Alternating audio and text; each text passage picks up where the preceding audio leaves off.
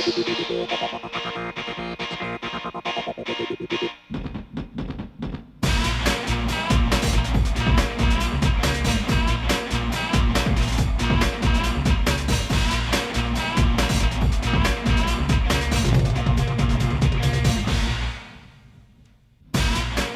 fall here in Texas, temperatures approached 110 degrees on Raceway, but today the sun has finally broken through after 3 days of cold rain. Hi everybody, I'm Greg Kramer along with Jeremy Dale. Of course, Calvin Fish and Andrew Marriott will be joining us from pit lane as well. And this is the opening round of the American Le Mans Series for 2001, the Leather Center Grand Prix of Texas. And Jeremy, the weather has been a tremendous factor, especially for teams and drivers that have had minimal or no test time. Well, exactly, Greg. As you said, it was very cold the last couple of days. Rained all day yesterday. No real quality track time qualifying in kind of drying conditions. And last year, as you mentioned, over 100 degrees. So a lot of the teams that were here last year have all this information that's really useless. So setup for the race is going to be very, very tricky indeed. And of course, a lot of that was explored in qualifying, which was very interesting. The Panoz, so much heard about it. Was it going to be fast? It turned out the new Panoz was incredibly quick in qualifying. As a matter of fact, at the halfway point in qualifying, Jan Magnussen had it atop the timesheets. He ducked into the pits. They were going to change some settings, stiffen it up as the track was drying. They had problems getting the nose back on the car. He sat in the pits too long. In the interim, the Audis took off. Ronaldo Capello, here's how hard he had to drive to get past Magnussen's time, which he did. And then later, Frank Biela went out in the number 2 Audi and set a time good enough by far for the pole. The problem was when they went through tech at the end of qualifying, the diffuser was too high. It was technically a problem with that car. Yeah, the diffuser being the rear underbody portion of the bodywork, and that is a very critical component. You can see it there at the bottom of the car. Very critical in terms of downforce, and of course these parts of the cars are very closely monitored from a rule standpoint, and just a couple of millimeters was all it took. So this car at the back of the grid. It will start from the back. However, this team can certainly overcome any type of adversity. They had a great run last year. Let's go down to the pits, and Calvin Fish actually on the grid with more on the Audi. Well, they had such a great season last year in 2000, Greg. It's hard to improve on. And remember, when the R8 chassis ran, it was only defeated once, and that was in the rain at the Nürburgring. With me now is the head of Audi Sport, Dr. Ulrich. You haven't been polishing the trophies through the winter. You boys have been working hard. What are the plans for this year? Oh yeah, I mean, the winter was short because from Adelaide to now, it's just not even been 3 months. But we have prepared 2 cars that are updated from last year for our works effort, supported by the Team Joest. From externally, you won't see a difference, but there has been done quite some changes on the technical side of the cars. Suspension work, rearrangement of radiators, lowering the center of gravity. This is what we've been working on, and I think the car looks competitive. We will have another update for the pre-test in Le Mans. There will be some little aero improvements done on the car, and this then should be seen from externally as well. But what we try is to keep the line of the R8, because I think it's now well known and the good things should not be changed. What we have done in addition is that we are selling 2 customer cars this year. One has already been delivered to the champion team, which is running here in the United States in the ALMS, and as far as I can see, the guys are doing very well. The second car has been delivered last week to the team of Stefan Johansson, and he will race the European Le Mans Series. So I think we will see 4 Audis in Sebring. Well, good luck today and for the rest of the season. Thank you very much. Bye-bye. Very good news indeed, but of course they had to up the ante because the Panoz program has done just that. Panoz, of course, the tremendous win that they took at the Nürburgring last year happened in atrocious conditions. The car control of Jan Magnussen was absolutely brilliant, and he took the Panoz to the win. And then at the end of the season last year in the American Le Mans Series, they were able to take it to the Audis just a little bit. They've had some big developments this year. With more on that, let's go down to the grid and Andrew Marriott. Of course, the new low-line Panoz is currently going slowly around the track. So with me is David Brabham, Jan's at the wheel. David, you're really excited about this new car. You're really pumped up about it, but it really hasn't had much track time. Well, not this particular car, no. It's actually brand new this week. But, yeah, I mean, we've been working pretty hard over the winter with our new car. And, you know, we've come here really not expecting a great deal. Jan did a fantastic job in qualifying. And, you know, the car is definitely running quicker than we actually thought it would be at this stage. Now, the engine sounds absolutely fantastic, but this is the mild version. This isn't the racy version yet. Well, that's right. I mean, the engine we have in the car at the moment is really not the engine that was designed to race. It was just a sort of a mule engine. But we're a little bit behind on the engine program, but this is an engine that lasts. So we just have to get the miles under our belt, because we haven't even done one stint with this car yet. So it's all a bit of a guessing game yet. But as far as outright performance is great. Again, we're with Michelin, who give us fantastic tyres. And you know, the team have just worked so hard, and to see the car run so quickly is very encouraging. And the handling, you said, is just phenomenal. It's a big difference between last year's car and this one. It's amazing, the difference. It really is. It's great. Okay, David, let's go back up to the booth. Thanks very much, Andrew. And of course, we heard the reference to the third Audi that is going to be competing here. When we come back after this break, we'll meet the new champion Audi program. We'll be right back.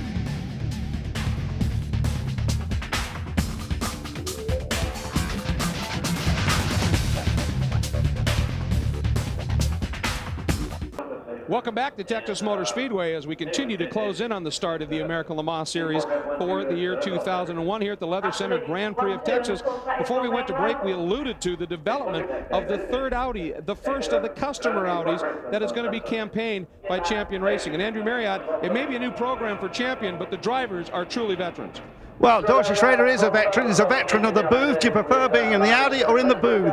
Well, I prefer the Audi for sure than the booth. Now, I don't know about that other car I drove at Daytona than the booth, but this Audi definitely is the place to be sitting. What's so special about it? Have you found out why they won that championship so well last year? Absolutely. I mean, the car is wonderful. There's nothing it doesn't do well. It does everything well. Does it pretty easily, quite honestly. You know, to drive the car like Andy and I did the first day we ever sat in it, probably at 90% of its level, says a lot for the car, doesn't it? I mean, because we were scared to death. You know, the car is awesome. It's very potent, and it's a real proper race car. You have had some problems in qualifying. The battery just exploded. Is that all sorted? Yeah, we got that done. I mean, that was a fluky thing, and it cost Andy a chance of doing well. You know, we got there, and it took 10 minutes to fix the battery, and it was only a 20-minute session. So we're learning, but we're learning at a steep curve right now. Yeah, we'd like to have Dorsey in the booth, of course, but I think it's great he's in the race car, guys. Well, it's absolutely great he's in the race car. That's where Dorsey is truly at his best, I think. No question about that. And I think this champion team, you know, a lot of people said last year, hey, give me an Audi and I can win races too. As good as the champion team is, as Dorsey said, there is going to be a learning curve, and it'll be steep, but it'll be a job to learn that car. Well, they hadn't turned a wheel until the first practice session here. Of course, there's other classes. One of them is GTS, and the story there is truly Corvette. Last year, of course, they came through with a tremendous win in the heat here at Texas, and then this last lap pass, essentially, at the Petite. It was a tremendous story. For more on that, let's go back down to Calvin Fish. Well, the success that Corvette have enjoyed over the last couple of seasons has really been a long development program, and the backbone of that program has been a driver, Chris Neifel. Chris was expected to be here driving alongside Ron Fellows in the number 3 car, but since Daytona he was offered and accepted the position as the kart chief steward. I think there's going to be a lot tougher program there than driving this race car. What that does is now elevate Johnny O'Connell to a regular driver on the team. He was just in for the long distance events. Being here for the full season, Johnny, really gives you a great crack at this GTS championship. You know, it does. I can't tell you how just totally jazzed I am to be working for GM and driving the Corvette. And you know, what's nice about this deal is it works out well for everyone. You know, Chris and I chatted a couple years ago about, boy, how he'd be the perfect guy to straighten out all the stuff going on at CART, and so I know he's really excited about that, and I'm certainly excited about driving the Corvette and working with Goodyear, and it's turned out great for everyone. They've had a great season thus far. They run the Rolex 24, and their memories still live long with the famous number 3. Well, indeed, you see the tribute to the number 3 and Dale Earnhardt. Later in the show, we're going to visit with Andy Pilgrim, who created a very special bond with the Earnhardts in a very short period of time. So we'll be following that story as well. Of course, Calvin alluded to the success they had at Daytona.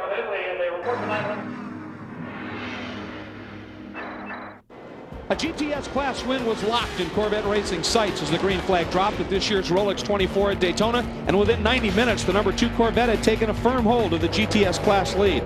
By halfway they had fought the 3rd place overall, and a steady trouble-free run through the night pushed the Vet into 2nd place by dawn. After 599 laps and 22.5 hours of punishment, Ron Fellows passed the Dyson Racing prototype for the lead and drove Corvette Racing to not only GTS honors but also an astonishing overall win.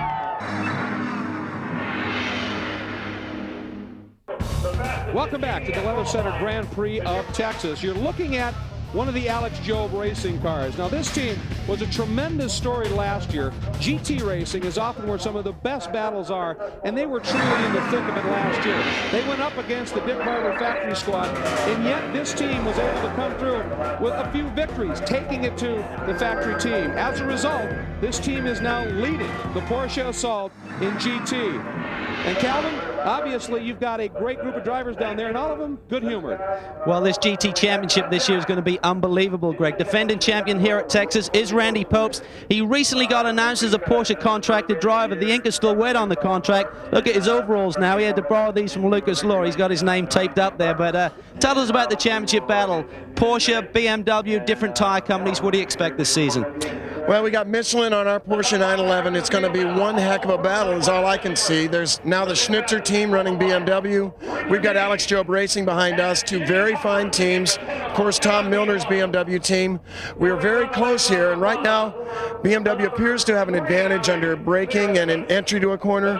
Our Porsches still have an advantage exiting the corner and down the straightaways. And Texas World Speedway is a great place for that competition. There's going to be some give and some take. They're going to catch us a little. We're going to get away a little. Going to try and bring home a 1-2 for Alex Job Racing in the McKenna Porsche 911s. I think the battle of the year is going to be in the GT Championship, and we're going to be certainly looking and have bated breath. Well, you're absolutely right, and of course there's another car with some pretty stellar driver lineups that we'll be watching. It's the White Lightning team with drivers like Wallach and Johnny Mollem among them. That's going to be a real factor. Well, you know, Porsche, of course, has competed at every level in sports car racing, the prototypes right down to the GT cars, and their strength in GT has always been to equip a lot of teams with a lot of cars, and in this case, a lot of good drivers, and there is strength in numbers, no question about it, and that has been a big part of Porsche's success in GT racing. Now, of course, the BMW program is back, but there's also a new team that is going to be running in the GT ranks. Might be a bit of a surprise to you. It's the team that fielded the prototypes last year. They had wins at Charlotte. They had wins at Silverstone. But this year they have stepped out of the prototype ranks into the GT division with that slew of drivers. And right now, Andrew Marriott is with the gentleman who runs that program. I am indeed. I'm with Charlie Lamb here. Charlie, does this feel kind of strange running these touring cars as they are, or GTs as we call them? Well, it's new, but it's also not new, because we have been running in touring cars nearly all our career as a race team, and so it is right that the BMW M3 GT car has a lot of similarities to a touring car, and in that respect we can use touring car experience running these cars. Obviously, we still, from an emotional point of view, we still miss the BMW V12 LMR, because it was a fantastic 2 years racing this car, but that's a new program, it's a new challenge. We are trying very hard to get the new BMW M3 GTR ready, and then I think you will see a fantastic GT car in the ALMS later this season. The V8 cars won't be ready for Sebring, I guess. Well, one should never say never. At this moment, the time schedule, the build schedule of this car is very, very tough. But if we get a few good working days during the next week, maybe we will come to Sebring with the car and consider this as a test race, but it's too early to confirm that at the moment. Charlie, thanks very much. Upstairs, guys, I've heard that a Ferrari 36 Modena is going to be racing in this GT category as well.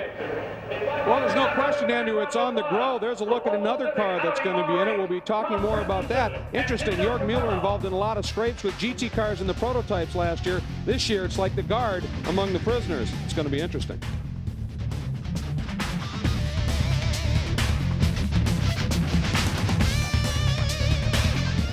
Back at Texas Motor Speedway, we've been talking about the GT division. And of course, that category has often put up some of the most exciting and close racing of any of the classes. Well, it seems to be getting just better. We talked about the Callaway Corvette is making a comeback, the C12. Now, this team may be new to the American Le Mans GT division, but it's not new to top flight competition. 94 and 95, they ran at Le Mans. In 96, they won a Speed Vision GT championship. In 97, they went after Daytona. This team can get the job done, and of course they have teamed up with a driver who is very used to running in new cars. Calvin?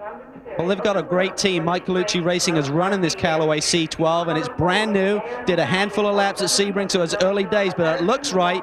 Will it be right, Shane? Is this car got potential? Well, the car has great potential, Calvin. the real reality is that this car's only had 2 weeks of time on it since the very first bolt was put in the car. So we've got a long way to go here in Texas. This is really just a test session for us. Okay, well, they're hoping that they can improve on the performance of the car. Straightaway speed is prodigious out there on these Texas high banks, but braking and handling has not been its strong suit this weekend.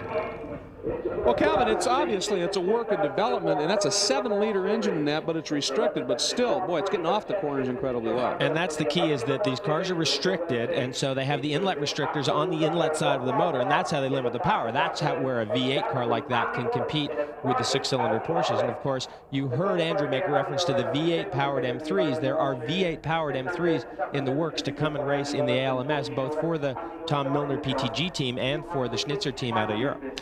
And there's also a Corvette C5, which is going to be joining the GT ranks, again restricted, as you talked about, to be able to run that closely. But there's still another top-flight Porsche team that is going to be going after the championship as well. This is the team that comes from Kelly Moss Racing. Now, this team as well, new to the American Le Mans rank, but from many years running in 89 to 94, actually, in the Firehawk Championship, put together 2 championships. They also supported Brumo's Porsche team in some of the supercar activities, so they've been very involved in this level of racing, and their driver is now standing by with Andrew. Yes, Anthony Lazzaro, big change for you from Busch Racing back to this, and well, this is where you started, really. Yes, it is, and it's good to be back. You know, last year after the Busch deal fell through, I came back to the American Le Mans Series and did Texas, and we did Petit Le Mans as well as Adelaide. And I'm fortunate this year to have a good deal with Kelly Moss Racing, run by Tony Dow, and Christophe Bouchou is my teammate this year. We're hoping that David Murray's going to get back with us here pretty soon, as he's back in Atlanta trying to heal right now. Yeah, just a word about David Murray and that little bit of surgery. Well, he had a problem with one of his kidneys. He had a growth on there that was removed. It was benign, no problems. David's going to be should be in good shape for Sebring, but he certainly couldn't make Texas. And all we can say is everybody at Kelly Moss Racing wish him the best, and hopefully you're watching, David. The guys, I'm sure we all joined in with that sentiment. Indeed, Andrew. Everybody at Speed Vision, and I'm sure everybody else as well, wishes David a speedy recovery and a quick return to be ready to go at Sebring. Now, that is the number 2 Infineon Audi R8, starting dead last. It's speed and qualifying fastest. When we come back, we're going to take a look at the starting grid, and we'll watch the progress of that car through the field when we go green in just a little while.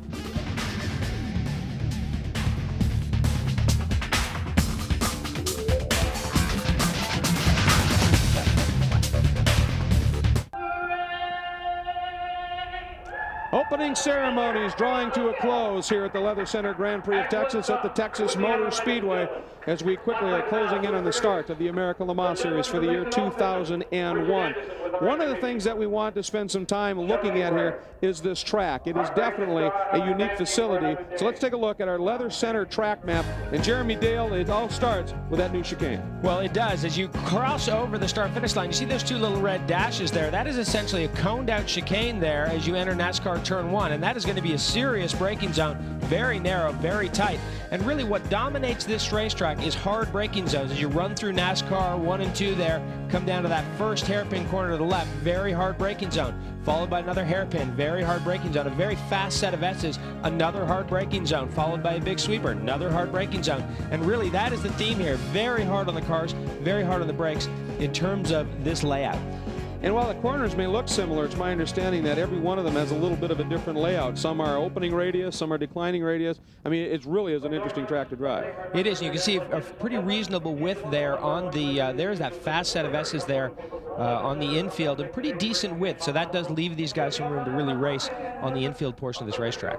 Well, Mr. Frank Biela will be appreciating that greatly when the track goes green and he has to come up through the back of the pack. Let's take a look at the pack he will be working past here as we show you our starting grid. Front row now is going to be Capello and Christensen in the team number 1 Infineon Audi R8. Next to them will be Magnussen and Brabham in that new Panoz LMP 07. Boy, does it look fast. Then row 2, another of the older Panoz cars, Graf and Salas. Next to Dorsey Schrader and Andy Wallace in the customer Audi R8. We look at row 3. This is the third of the Panoz cars. This is a team that will really be racing the European Le Mans Series. Jay Cochran and Richard Dean from Britain in one of the older chassis from Panoz. and O'Connell and Fellows, pole sitters in the GTS division in the Corvette C5R. Row number 4, their teammate Pilgrim and Collins in the Team Corvette. Next to them, the top GT qualifier, Lucas Luhr, very quick, along with Sasha Maassen in one of the Alex Joe Porsche 911s. Then it is their teammate Popst and Christian Menzel in the Porsche 911 GT3 RS. And the fastest of the BMWs, Leto and Mueller in the Schnitzer run, BMW M3. Then it is another of the Porsches in row 6, Christophe Bouchou and Anthony Lazzaro running for Kelly Moss alongside the first of the PTG BMWs of Oberlin and Nicholas Johnson. And then it is Peterson, Wallach, and Mollem running the White Lightning Porsche. This is the car that won its class second overall at Daytona earlier this year.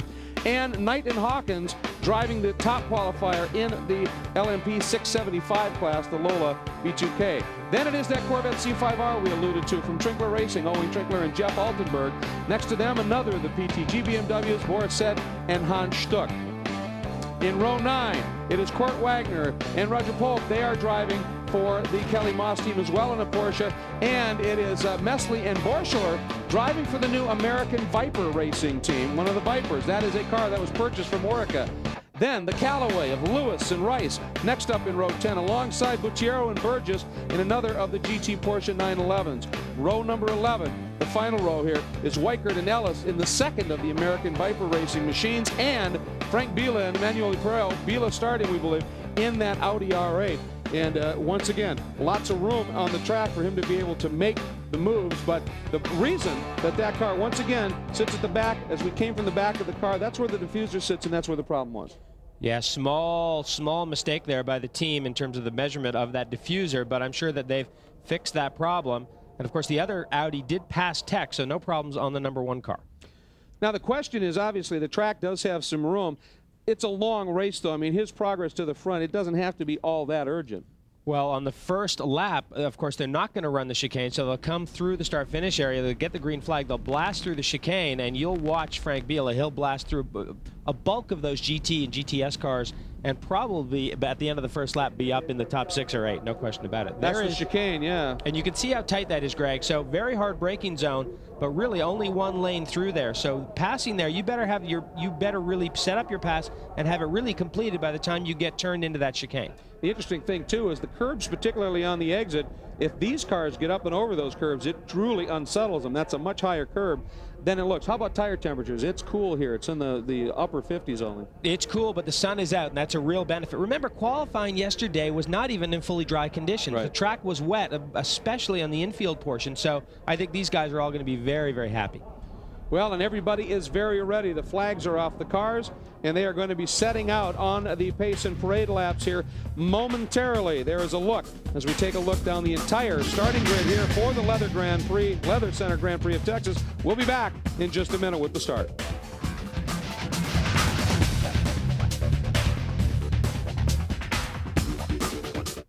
Drivers, start your engines.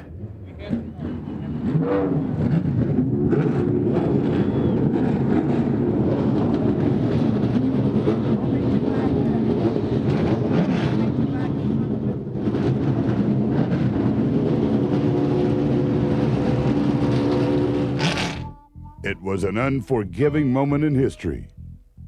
A time when the relentless challenges of survival threatened even the strongest of creatures. A Texas heat wave, turn of the century. The 21st century, that is. When the American Le Mans Series first visited the Texas high banks in 2000, the real challenge came from the temperatures. Now we're back, and this is only the beginning.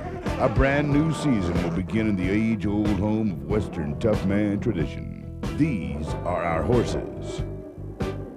These our cowboys. Welcome to our rodeo.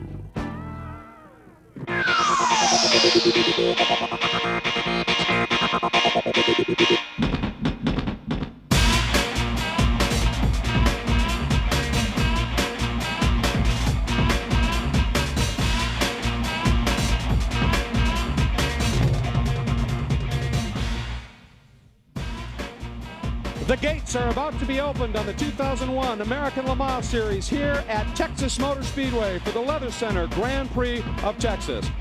Hi, everybody. I'm Greg Kramer, joined by Jeremy Dale, Calvin Fish, and Andrew Marriott. And Jeremy, we are about to set sail on a season of racing that comes at the conclusion of last year's season, which was pretty wild. Well, for anyone that watched the year 2000 in the American Le Mans Series, the last few races were just nuts. I mean, that's the only word to describe it. The officials couldn't get control of it. The drivers couldn't get control of it. The teams couldn't get control of it. These guys were banging into each other, driving over each other, and it really was out of control. And so let's hope that the 2001 season starts off a little more calm than we finished off in 2000. A little more circumspect indeed. Let's talk about the field here. There is a tremendous depth of quality in this field. There's a look at the number 2 car, which is going to be starting dead last. We'll get to that in a moment. But it seems like everybody's up the ante just a bit in every category. Well, certainly the Audis are back, and there is one customer car in the mix there. You see it there, the car in 4th position, the champion Audi. So there are 3 Audis, and at this race, 3 Panoz cars. Of course, the BMWs are gone, but there have been cars that have come into the mix to make up for that. The Vipers are gone, but the Corvettes are there, and they're very, very strong, and there are Dodge Vipers in the field. So, you know, it is going to be a season that is going to grow. I mean, there are cars and teams that are going to come into this season, debut at Sebring and throughout the season, and I think it's just going to continue to grow. And this GT division, we saw so often last year, often put up some of the most interesting and intense racing, and we expect that to certainly be following suit this year. Taking a look, some of our onboards, as you saw, we were on board briefly there with Ronaldo Capello. Now, we saw that number 2 Audi, of course. That car qualified faster than anybody else. It will start dead last. That's going to be fascinating. Here's a look at the number 6 BTG BMW. Boris Said is the starting driver on board that machine. We're getting some great shots from that car. We have a number of other shots as well. This is teammate Bill Oberlin in the other of the 2 PTG BMWs. He starts back in the 12th position, but obviously we expect these cars are going to be right in the thick of a great GT battle all day long. Randy Post, he is starting the top qualified GT category car, although he's having a great run here as well. Number 22 entry from Alex Job Racing. And then we take a look now on board the Corvette. This is Andy Pilgrim, the number 4 Corvette. He'll be starting in the 7th spot. We also have a camera on board their team car. And, of course, that's the machine that qualified on pole in the category.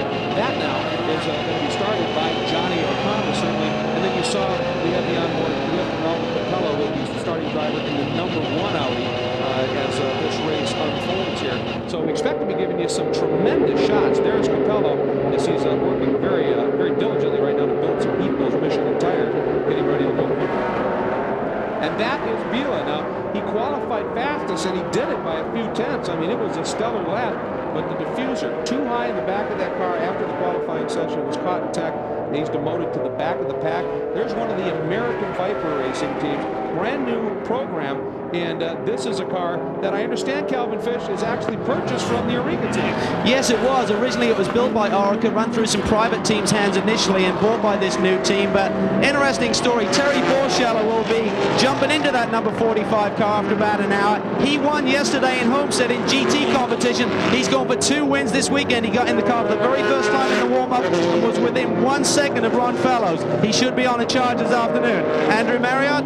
Yeah, well, I got Emanuele Pirro here. Emanuele, we're taking bets on how many cars Frank passes on the first lap. Well, it's kind of strange to see our car in the last position, but I'm quite confident Frank will make it, you know. It's going to be very easy, quote, to pass all the Porsches because there are long straights here. It's not too bad. But then when it's coming down to the other Audi and the Panoz, it's going to be difficult. So let's hope the pace of the leaders is not going to be so quick. Should be exciting watching all that, guys. I would certainly think so, and obviously I think it's not going to be quite that easy to get by the Corvettes either, and perhaps the Vipers. They have a lot of straight line speed. He's going to have his wits about him for that, certainly very capable, and taking a good look. Now we're back in the GT ranks. There is that Schnitzer BMW, that blue and white machine. There is Bila circulating casually at the back of the pack here, and he's backed way off of the rest of the field. And obviously he's on his own mission right now, getting heat in the tires and trying to plan a strategy, which I would suspect, as you mentioned, Jeremy, with them bypassing the chicane on the opening lap, is just go high, go low, something, and just flat foot. Well, the benefit of being at the back of the grid is that he can hang back, and in the infield section, he can build temperature in those slow corners. So he's now rolling up to the back of the field, which has really slowed down. As a matter of fact, almost stopped there towards the back of the field. So he will hopefully have the opportunity to build more tire temperature than anyone else. And I think I agree with his teammate, Emanuele Pirro. they'll blast through that chicane, and he'll probably run around the high side of the racetrack around the oval, which is quite a bit wider than the infield. And by the time they get down into the back straightaway in that first hard left-hand corner, I'm sure he will have overhauled a bulk of those GT cars. As we get close to the green, this race, 2 hours, 45 minutes in length, a couple of pit stops for fuel. But what about tires? You think they're going to be able to run a couple of stints in the tires, or are they kind of real soft in the cool conditions? Well, it's not too cool. I mean, I think it really is an ideal day to race here. You know, last year, of course, it was so warm, and the tire issue was a big issue, obviously, because of the heat. The question is, this is not a normal layout of a racetrack that these guys run on. This is a road course that is constructed within an oval, so they spend quite a bit of time with quite a bit of loading on those right side tires, so that'll play into it, no question about it. And we're green, although the top 5 cars were well clear of the rest of the pack as they came out of that final turn. It's Biela and a nice move up and around the outside in the number 51 machine. That's Klaus Graf. Sweeping around both of the high-speed bank corners here now to move down into the infield. And it's still Capello, and there is Biela, and he has moved up. Well, a large chunk of machinery has gone by here as they head down into the infield, a good half of the field anyway. I really think the problem for him, Jeremy, was as they came out of that final turn to take the green flag, the top 5 cars had to be 2 football fields clear of everybody else. Well, that was a problem. You can see now his problem here is that he doesn't want to get caught up. Remember, opening lap here, he doesn't want to get caught up in a little battle with some of these GT cars. You see the car spinning there in the background, and that was very close to where Biela was. That's the Rook LMP 675 machine. Gathered up and opened one of the Vipers, too. I mean, everybody having moments here, certainly. And Biela just knifing through, gets underneath the Schnitzer BMW. Well, again, as I said, as these cars, these GT cars, sort themselves out on the first lap here, you don't want to get caught out. Yeah, they know Biela's coming. He's through now, I think, a bulk of the GT cars. So as we come back to complete the first lap, you can see that I think that is the last one. I think in front of this Porsche is just Corvettes. Yeah, he got 8 of them before he turned into the infield, and he is now up to 8 from a 22nd starting spot. So pretty aggressive opening lap. You would suspect nothing less here. And now we go back to the front of the pack. And here now, look at this move. That is Andy Wallace has taken a serious run at the 3rd place Panoz. Well, I think the big surprise right now, Greg, is that Klaus Graf in that black Panoz is in front of the white car, which is the new 2001 Panoz. So you can see Graf is trying to, and these guys, these 3 pretty evenly matched right now. Andy Wallace in the customer Audi, the champion Audi, and the 2 Panoz cars. That may have been a function simply of engine. We heard David Brabham talking about the fact that it's a mule engine in the car. It is a little down in straight line speed. The handling is incredible, but that may be simply a factor of without having to worry about the chicane on the opening lap. Graf was able to get around everybody using the big motor in that car. Calvin? Well, I spoke to Magnussen after qualifying yesterday, and he said the car's handling great. He said we're being very conservative, as David Brabham mentioned, about the engine power that's delivered in that new 4-liter Zytec motor. He said we're in fact losing about 1 second, 1 complete second, when we get onto the banking compared with the old car, and that's what you're seeing in the early laps, I believe. On the other side of the coin, Calvin, they've been talking, the drivers have been absolutely ecstatic about that car's handling, have they not? Oh yeah, I mean, it's very light, it's got a low center of gravity, and it's very nimble, much more like a single-seater race car, which is obviously where Magnussen and Brabham, that's where their background comes from. So they're loving the handling of the car. They're looking forward to Sebring. They've got more power on tap, and they just need to get some reliability. They're here at Texas. Their goal is to try and finish this one, get some points on the board. You know, what we talked about in the Open was the evolution of the Audi R8. Well, this is a revolution, this Panoz car. I mean, you know, those guys, they raced this first generation front engine Panoz for a couple of years, and they decided last year, you know what, we have to go back to the drawing board. The Audi car is really not in a different class, but I mean, it really is a very well-developed car. The record speaks for itself. So we need to do something radical here, and that's what they've done with this new prototype, no question about it. They truly say it is a clean sheet of paper car. I mean, there's nothing really that carries over except really the name. And obviously, it is a car with a tremendous amount of potential. You're on board with your leader, Ronaldo Capello. We'll be right back.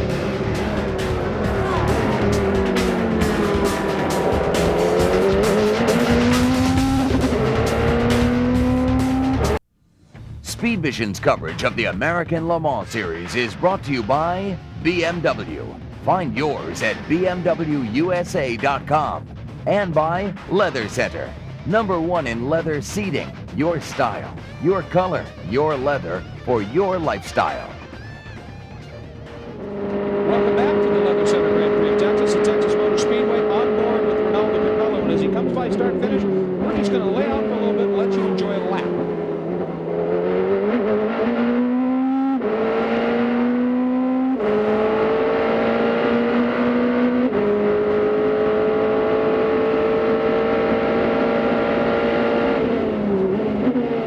Hard braking zone here. Watch his hands in this next corner. A lot of understeer. Watch his left hand.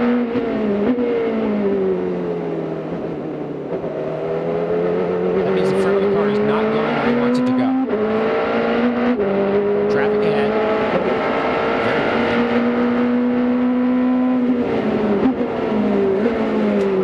This corner opens up. Very slick in the infield. Hard braking zone. Very slow corner. First gear.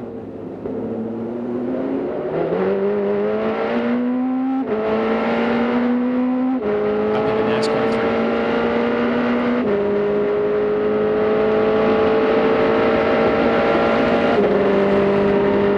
See the lights on the dashboard are giving him his reference for shifting. Hard braking, hard downshifting into the chicane. Very, very tight. Watch the lights on the dashboard. Right there. And also you notice in all of the shifting there, his hand never leaves the wheel. He used the paddle shift like F1. Mercy Schrader said that was one of the toughest things for him to get adjusted to. And also the new Panoz for the first time is starting to use that. And, well, we got some serious water temperatures. Let's go down to the pits. Calvin? Well, the number 11 machine, the 675 car, has had problems all weekend with an overheating engine. What they're attempting to do is to get both drivers 10 laps in the race today just to score some valuable championship points. Right now, they're actually bleeding the system. They're just trying to get the water radiators to get some flow through there, try and keep this engine cool. So even trying to get to the 20 lap mark is a bit of a feat for these guys today.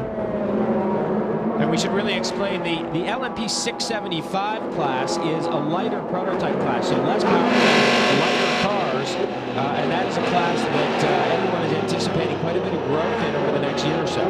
This, of course, is the GTS Corvette. One of the classes here, very quick in its own right. And on board with this machine, let's listen to a very different sound from this car.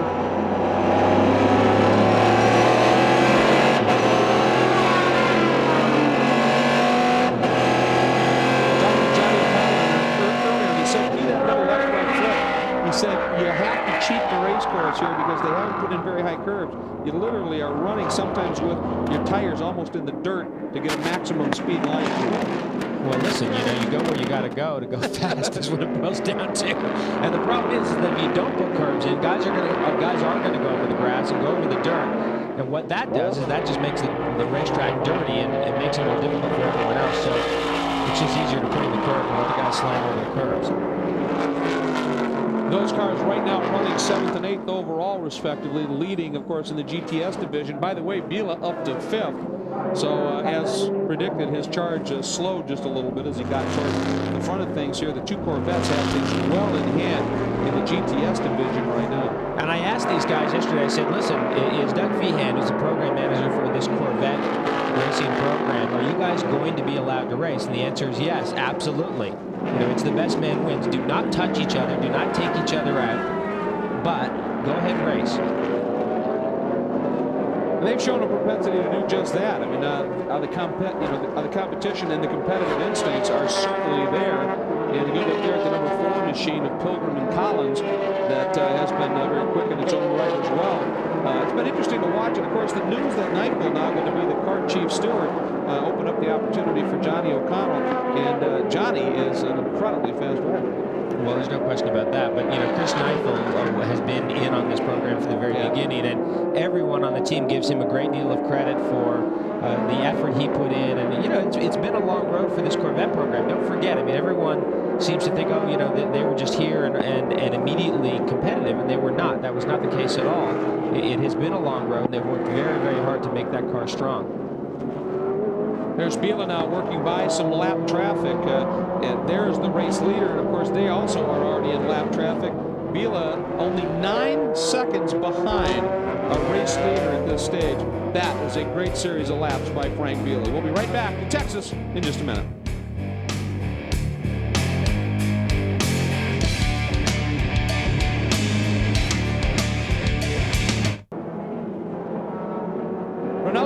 Continues to lead here at Texas Motor Speedway, but the margin surprisingly small. It is down now to about 1.5 seconds.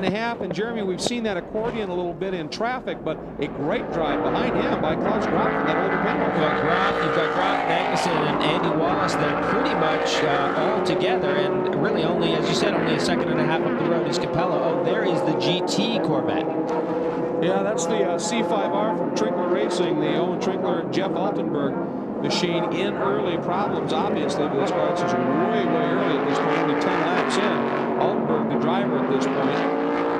And this is, again, this runs in GT, not GTS, but this car is built by Pratt & Miller, who builds the factory Corvettes. It is a narrow body car. Remember, when the Corvette team started, they started with a narrow body car. So this car is based on the narrow body car, but it has a smaller engine, and of course it has inlet restrictors that are much smaller to equalize it to run in GT. In the bodywork, they had to remove, as I understand it, a few of the little tabs and skirts that are allowed in the GT class. Whoa! Andy Wallace locking up and scooting wide in the third corner, the corner that leads down into the infield, and he was really trying to apply some heat to Magnussen. It's very easy there when you get tucked up behind another car. Essentially what you do is you lose downforce to the front of the car. Very easy to lock the front brakes. The air continues to flow to the rear wing, so you don't have any rear downforce problems, or you don't have major rear downforce problems, but that is Andy Wallace's problem. There now is our leader in the GT division, Lucas Luhr, driving for Alex Job, having a very strong run sponsored by McKenna Porsche dealerships in California. And Lucas, of course, one of the drivers that ran with Dick Barber last year, with Dick Barber moving on into the LMP 675 category later in the season. The Porsche factory decided to put Lucas and Randy and those drivers in with Alex Job. They're paying the driver's salaries, but the Porsche factory very quickly points out that these teams are doing it in terms of the cost of the racing on their own budget, their own sponsorships, their own buck, and that's the relationship Porsche has had so strongly with for so many years. Great support of its customer programs, but they are indeed customers. Well, no question. What they do is they provide race cars that you can essentially purchase and put on the racetrack that are, if not perfectly competitive, very close to it, and don't require a lot of tweaking, and there's constant development on those cars. So, I mean, it really is a package deal. You know, yes, you help out the drivers, but you start with a good platform, which is this 911 GT3R, and you keep building from that. Some minor changes really only to the car this year. It's now called the GT3 RS, and if you're running one of the older Rs, they do have an update, but it's a larger radiator, slightly different rear wing, simple things like that. There's the Kelly Moss team running the very similar package, and amazingly the street-going version of the GT3, some 1,800 of them have been made, so it is truly a mass production car. 60 of these GT3R and RSs have been running, so it's a great program. However, problems down in the pits with the Corvette. Yeah, the Corvette has taken a hit on the rear, and they just changing that right rear tyre.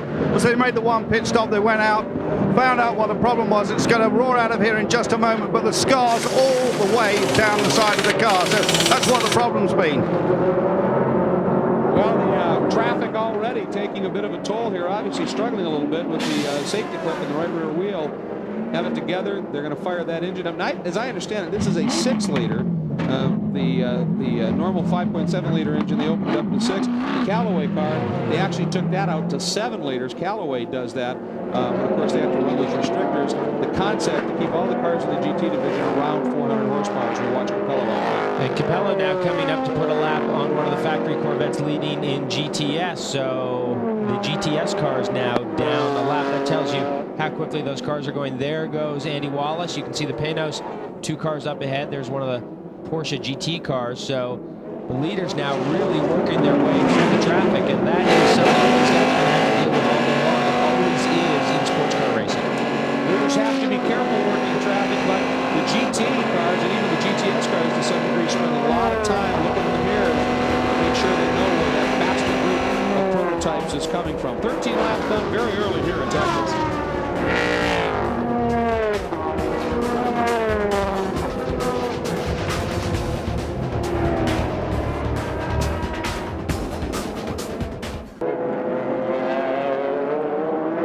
Back at Texas Motor Speedway, a great battle brewing in the GT ranks for third.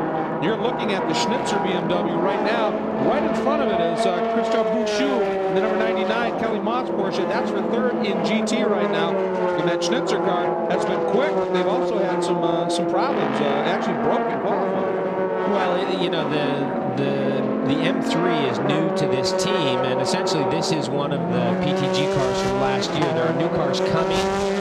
They are being built in Germany. They will be run by both Schnitzer and PTG. It's going to be a great rivalry between those two teams. Of course, PTG, which is the North American-based BMW factory team, is not going away, but this is a European-based factory team, and so I think we're going to see a great rivalry between those two teams. Not only that, but this car is going to end up being V8 powered, not 6-cylinder powered the way this car is. So these guys, their plan is to take it to the Porsches, no question about it. It's kind of interesting how that's unfolding, isn't it? Because they're running right now, the Schnitzer team, a PTG-built car in the early season races, but when the V8s are done, aren't they being built by Schnitzer, and they're going to be run by PTG as well? Yes, that's correct. And there was actually a V8-powered M3 that ran at the 24 Hours of Daytona, but that car really not similar to the cars that are ultimately going to end up running in the ALMS.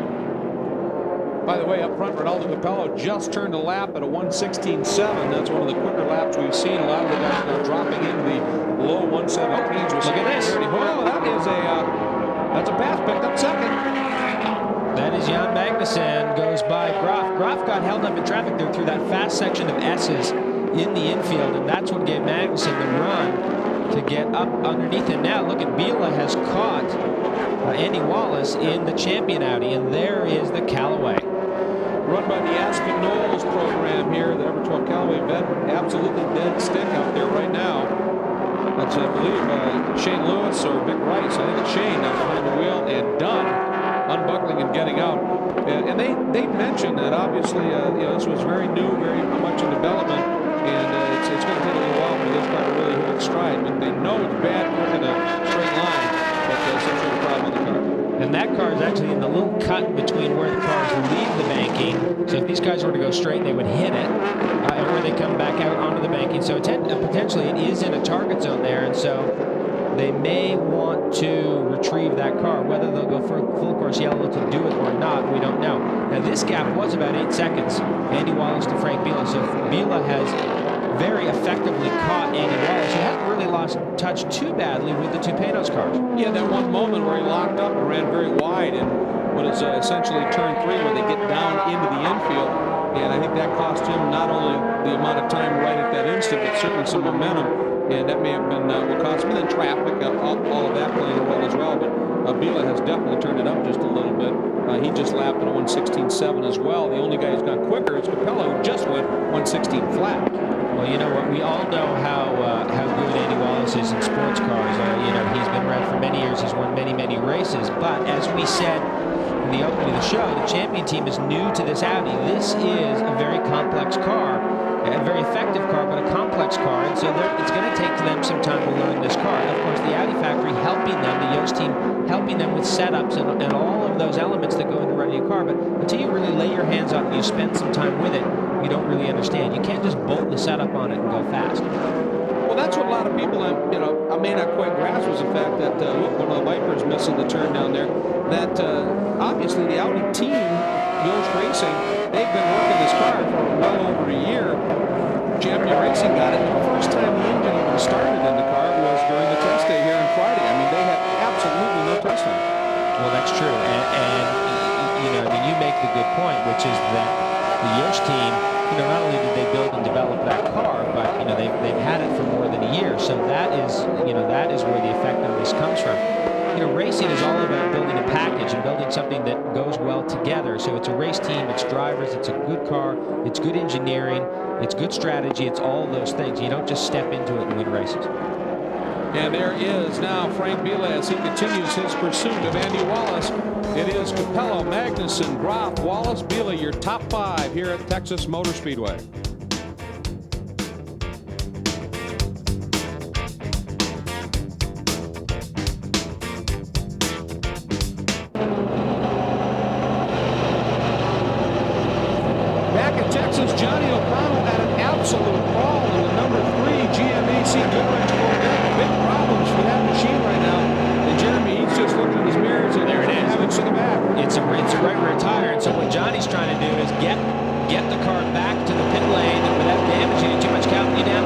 Yeah, the team are geared up ready for him, but it's a long lap around here, and as you mentioned, Jeremy, he needs to go slow enough that he doesn't damage the car, so that's really sort of like leaning on his experience in these type of cars. How fast can he go without really doing any suspension damage before he gets back to pit lane?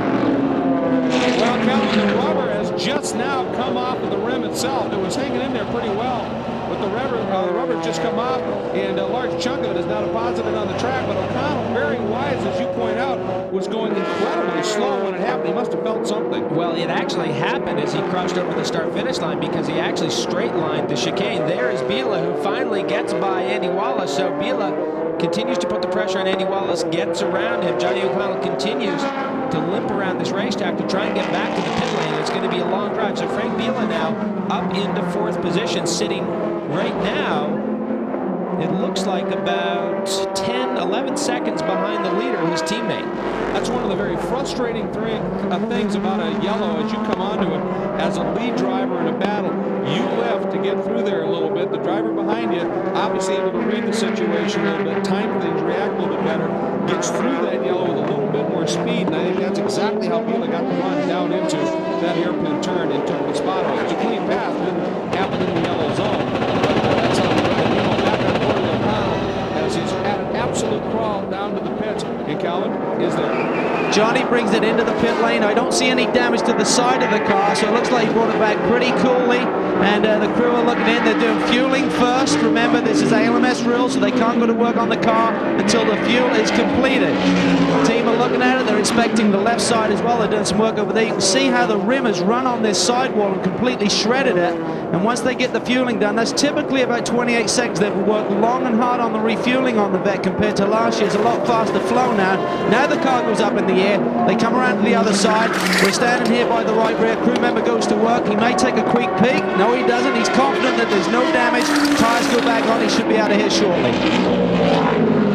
Well, Johnny did a great job to limp that car around, Calvin. I mean, he really did not overdrive it in any way, and that is a real professional approach to that. A lot of guys really will lose their patience in that environment, in that situation, and they won't slow down enough. And of course, then you tear the rear suspension up, or you tear all the bodywork off the car, and then you end up in bigger trouble. It's where experience pays off. I mean, he's been there before, knows what the situation is, knows what crisis control is, and is able to adapt as necessary. Now, Biela closing in quickly on the 3rd place machine, currently piloted by Klaus Graf. And you know what? We should really talk a little bit about Klaus. I mean, people may be wondering, where did this guy come from? This is a serious professional driver. He's done a lot of top flight racing in Europe, German Formula 3 as a front runner, and last year served as the Panoz test driver and put up some very, very impressive runs. And that's one of the reasons he got the nod to be a full-time factory driver this year.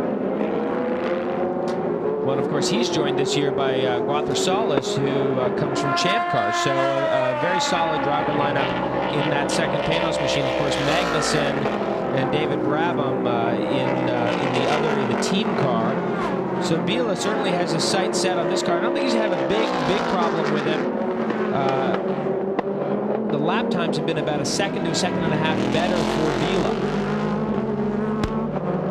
Still an awful lot of grunt coming out of the tight corners in the chicane for that big V8 in that Panoz Roadster, and that can place pretty good here. If you can keep them off you until you get into the corner, oftentimes you can get out of the corner pretty strongly here. Look at how much earlier Biela turns in. You see a little wiggle there from the back of the Audi as he gets to the throttle.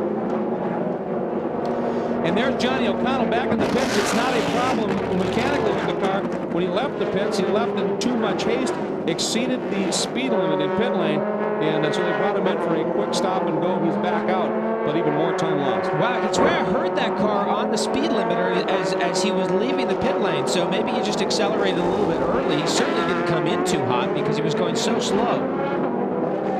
Biela once again really showing his nose, trying to make a move here on Graf. And they come up on one of the Vipers, get around that machine cleanly, but may have cost a little bit of momentum. But there, I think the torque of that V8 may have paid off just a little bit because everybody was held up, and he was able to accelerate away and actually built a bit of a margin back.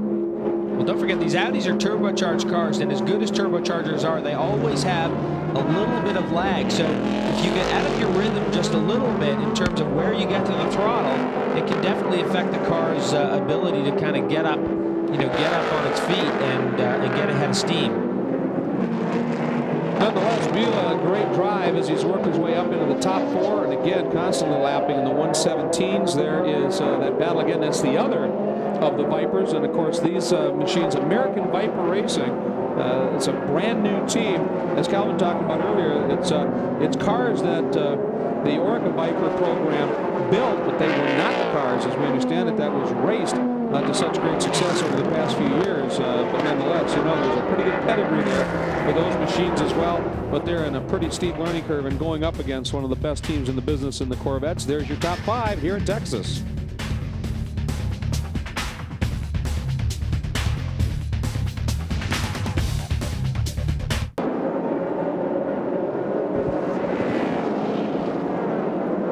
Back here at Texas Motor Speedway, Ronaldo Capello continues to lead fairly serenely at the front. However, things not quite so calm in some of the other classes. Let's go back and take a look at a big moment in one of the big GT battles that has been going on.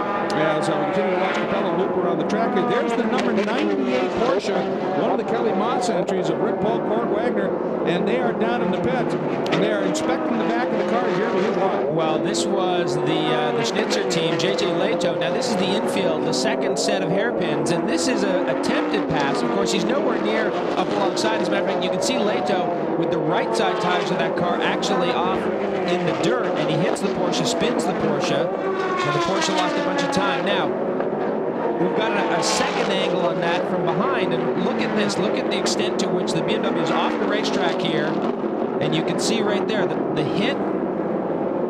Leto giving him a little salute as he drives by, and the Porsche lost a bunch of time, a little bit of damage to the back. As a matter of fact, the Porsche almost had a huge crash coming into the pit lane with Klaus Graf in the Panoz. So it's been quite an eventful lap. It almost looked like it was a last-second decision to duck into the pits, or maybe he forgot where he was on track and realized there is pit in. But stop complete, he's back out, and you would think superficial damage probably to the back of the car here. Rick Polk behind the wheel. But I wonder, Leto, I mean, they're so used to in the prototypes when they get alongside one of those other cars to be able to just slide through. I wonder if that was maybe a little brain fade where he just thought I should be able to just slip on by here for a moment. And look at this now, as Magnussen, he has started turning a series of very quick laps, Jeremy. Magnussen just took his dive planes off on the right front.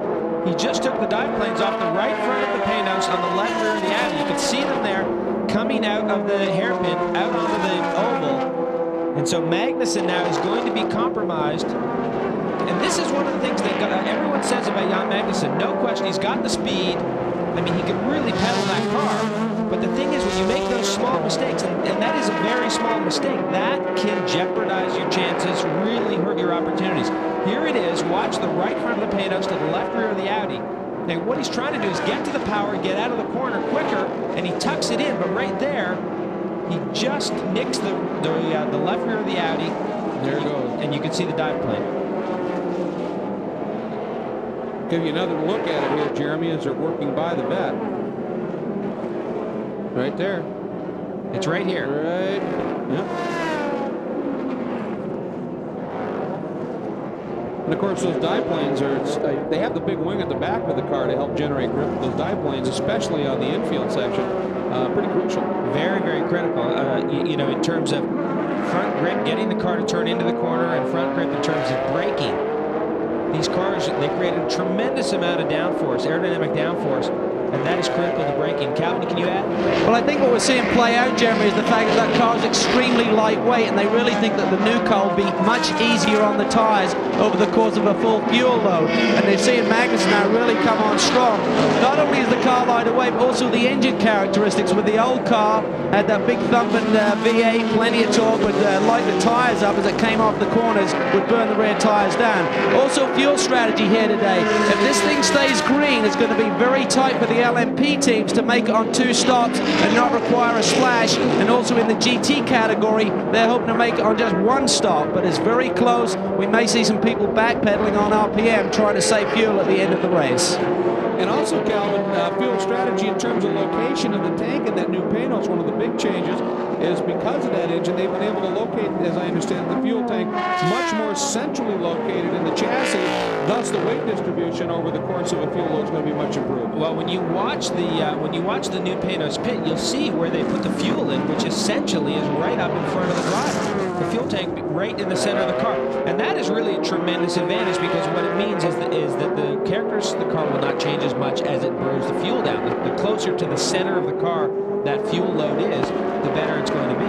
Jeremy, I think you earlier described it as they have been thinking way outside the box with that new Panoz, and Andrew, obviously that car, a tremendous amount of potential and good speed already. Yeah, that's absolutely right, and it sounds absolutely fantastic, and that engine is only revving to 10,000, but I can confirm, because David Brabham told me just before the start, they will have to make that splash and dash, guys. So they're committed, at least at this stage, to a third quick stop. Now, of course, that can all be altered if we do get some sort of a long yellow. We certainly don't hope that happens, but that can certainly affect fuel if you're that close. Yeah, no question about it. Well, you know, remember in this type of racing, because when these guys make their pit stops, remember you cannot fuel and change tires simultaneously. So there's a real advantage to being able to double stint on a set of tires, to run 2 loads of fuel on one set of tires. And if what Calvin was saying is correct about this car, that because of the lighter weight, it's easier on tires, which means the life of the tire is better over the 2 stints, that could be a real advantage for this new Panoz. Very much so, as we go back on board with Ronaldo Capelli leading right now in the prototype division. Andy Pilgrim leads in GTS and Lucas Luhr in GT.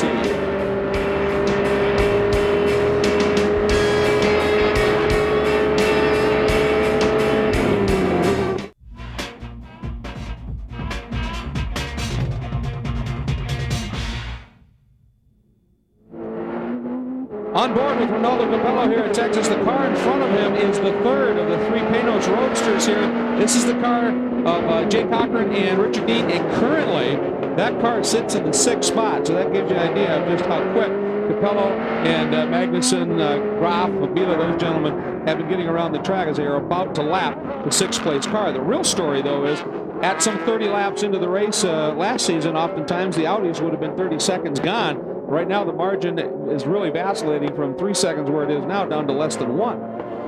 Well, and you can see Magnussen now has dropped back. He's about 3 seconds behind the Audi, and he looks like he's heading to the pit lane. Yeah, he is.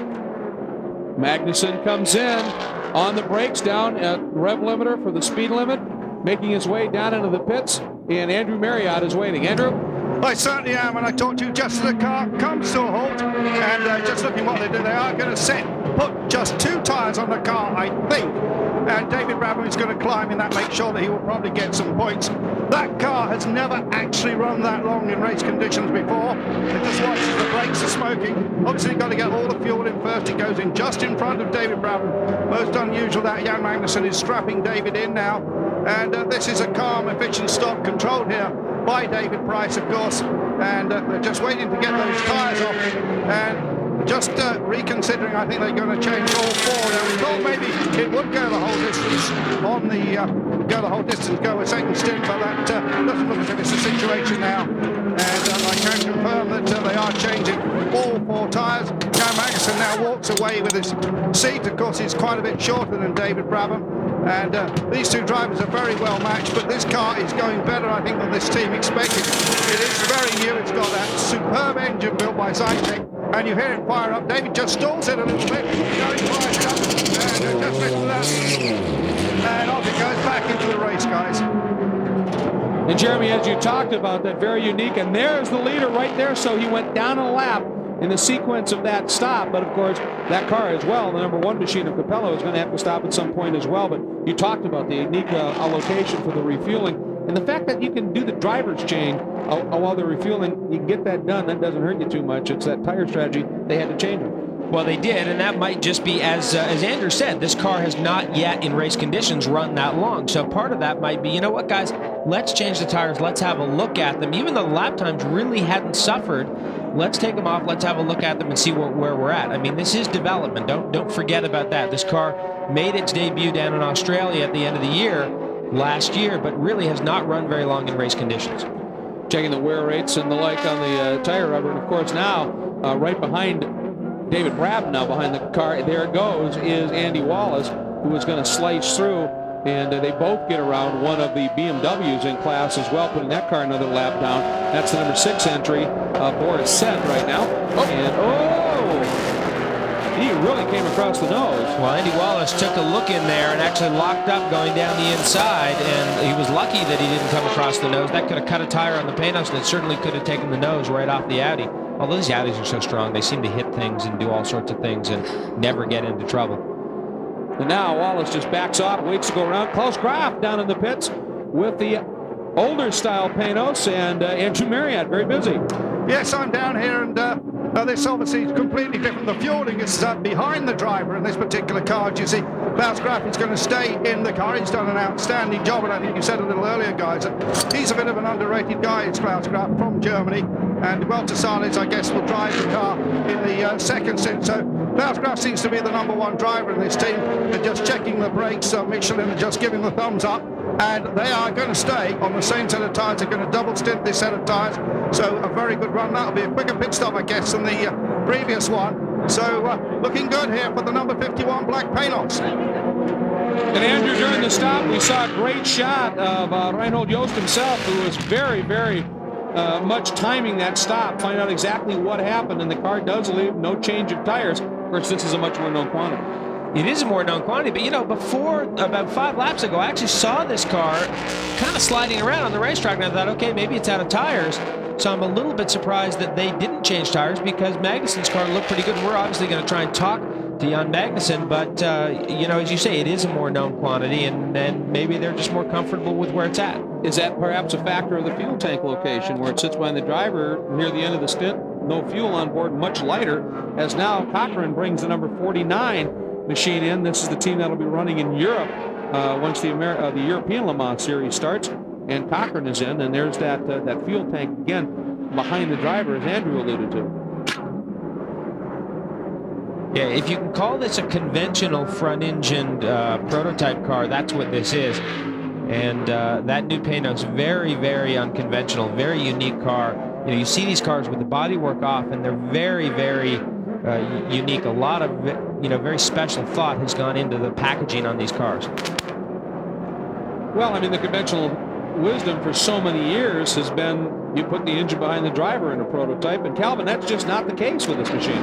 Well, Jay is really trying to adapt to this new machine. The biggest problem he's had is adapting to the carbon brakes. I mean, they have a very strange feel. They're not progressive. They just suddenly hit their heat, you know, range, and then bang, they come on, and he was locking up tires and really struggling, particularly in the damp conditions that we saw in qualifying. So the more laps he gets under his belt, I'll just prepare him better for the European Le Mans season, which is really their main focus this year. And Calvin, down in the chicane, we have a car that is truly high-centered. I mean, it's the definitive high-centered. That's the number 11 Rook Racing entry. Mel Hawkins behind the wheel in the LMP 675 category, and not one of those 4 tires is actually touching pavement. And that car is there. That's going to have to be removed. You couldn't do that any better if you tried, actually. I mean, it's just perfectly balanced, perfectly square on the curb, and there's no way that car is going anywhere without a tow. Now, we've seen them already. They removed the Callaway car without a full course yellow. The only problem here is that if you pull that car from the front, you're essentially right on the racing line, and if you pull it from the back, you're on the pit out line. So really, there's no way, but the guys are getting out there. Going to give it a try. It is only, after all, 675 kilos, thus the name of the category, but boy, in the dictionary under the picture, under the heading fulcrum, that should have been the picture. That was absolutely perfect, but looks like they're going to be able to get it moved. And tell you what, Frank Biela now has thrown in a 1:15.9 on one of his last laps, and he has closed up and all over the back of Ronaldo Capello, and they got that car moved, Jeremy. It is out of the way, and we're going to be able to stay green, but Capello now knows, obviously, Biela is serious here, as he is closed right up. And Biela, well, thought about it, but of course, one of the GTS vets was right there, the number 4 machine that currently leads in the GTS category, with the problems by the number 3 car. So these two locked in combat, and this team as well. There's really, it's the gloves are off, just don't touch each other, but go race, and they have carried that out very much so over the past season. Well, there's no question these guys race each other, and they race each other hard.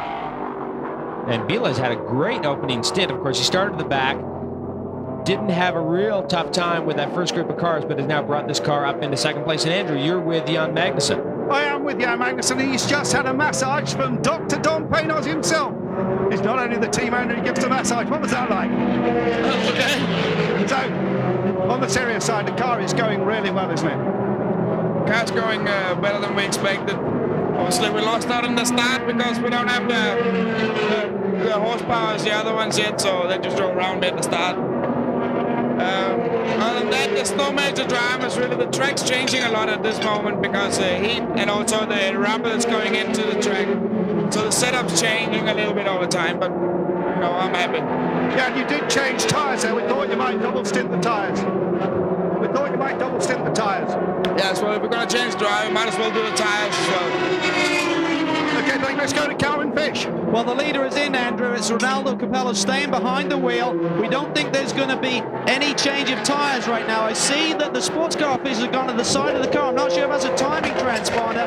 They taped something up on the right-hand corner. Listen to the problems Capello is having getting that car out of pit lane. I noticed in the qualifying session yesterday, they kept stalling it. They run a very small, lightweight clutch on this car, and it's very difficult to keep the inertia and keep the momentum getting out of the pit. So he was really on the rev limiter there trying to get the car moving. Well, you can see the blinking lights on the dashboard. That is his speed limiter. That tells him his speed limiter on. And Calvin, I can answer your question. I do believe they were going after the timing transponder because I've been watching the timing up here in the booth, and his timing has been very, very inconsistent. So I'm sure that that's what they were going after. Now we see Frank Biela, who had picked up the race lead, rolls into pit lane. Going after the car immediately, and Calvin is still there. Frank Biela gets a nice shrink from his team, handed over the wall. It looks like a routine stop once again. We expect these guys to double stint the tires. This car is not only a very fast car, great handling car, this car has been easy on the tires. And with these regulations, it is key that you can double stint the tires when you need to. In fact, at Le Mans, we've seen these boys triple and sometimes do a 4 stint on one set of tires, depending on the conditions. Now, yesterday in qualifying, the conditions were very cool. They could have gone to a softer tire option, which would have given them some speed, but that would have certainly handicapped them in the heat of today's race. Boy, and again, just hearing how hard they have to work to get that car out onto the track after a pit stop with that small clutch. And of course, the number 38 machine, Andy Wallace, is in, and looks like he's going to be staying on board, Andrew. He certainly is going to be staying on board. They're just fueling the car right now.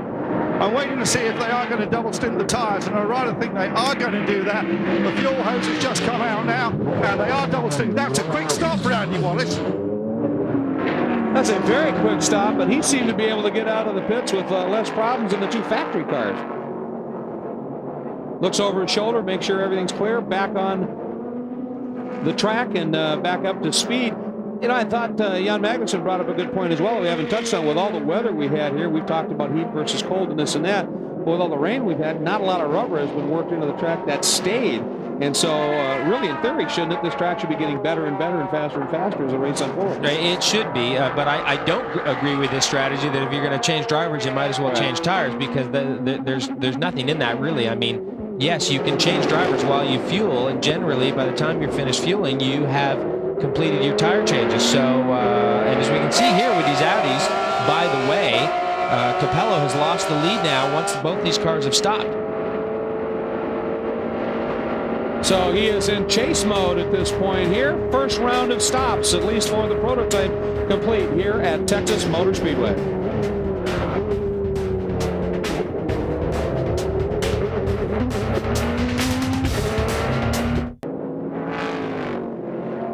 Welcome back to Texas Motor Speedway, and the leader in GTS is the number 4 vet. Andy Pilgrim just jumped out of that car. How was your run, Andy? The car was running flawlessly, really. We had a very good stint. It was fun running with Johnny at the beginning. They just said, you guys can run together, but not too close together. If you hit each other, don't come back.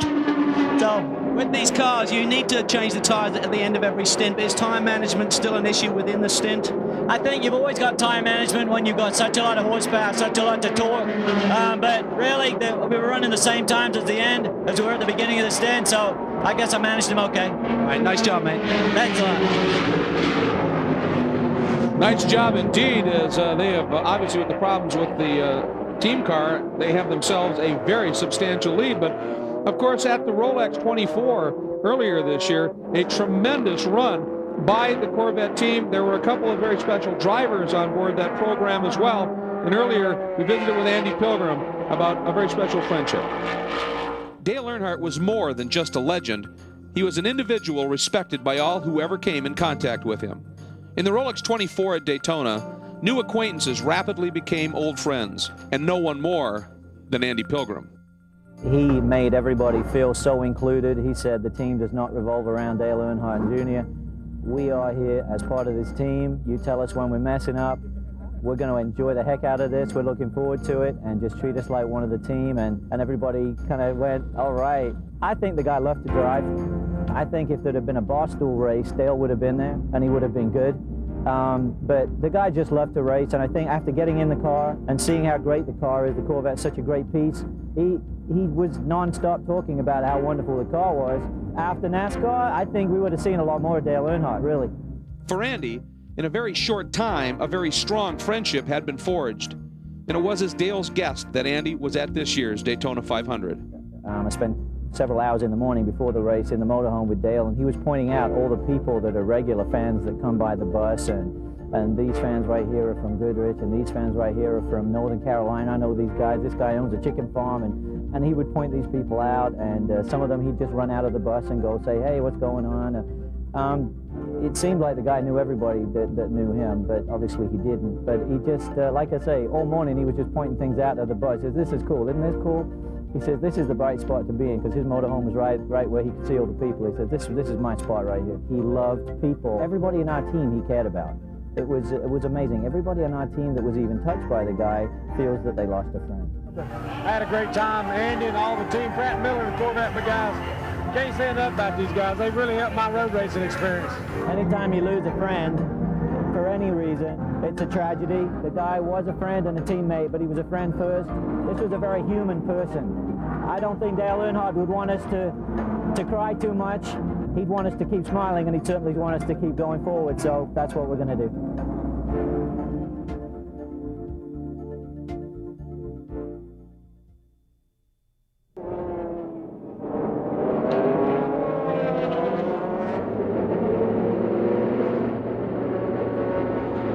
Welcome back to the Leather Center Grand Prix of Texas at Texas Motor Speedway. You'll see the cars as we're on board here with Capello at a fairly reduced rate. The reason is we're under full course yellow, some debris in various areas of the track.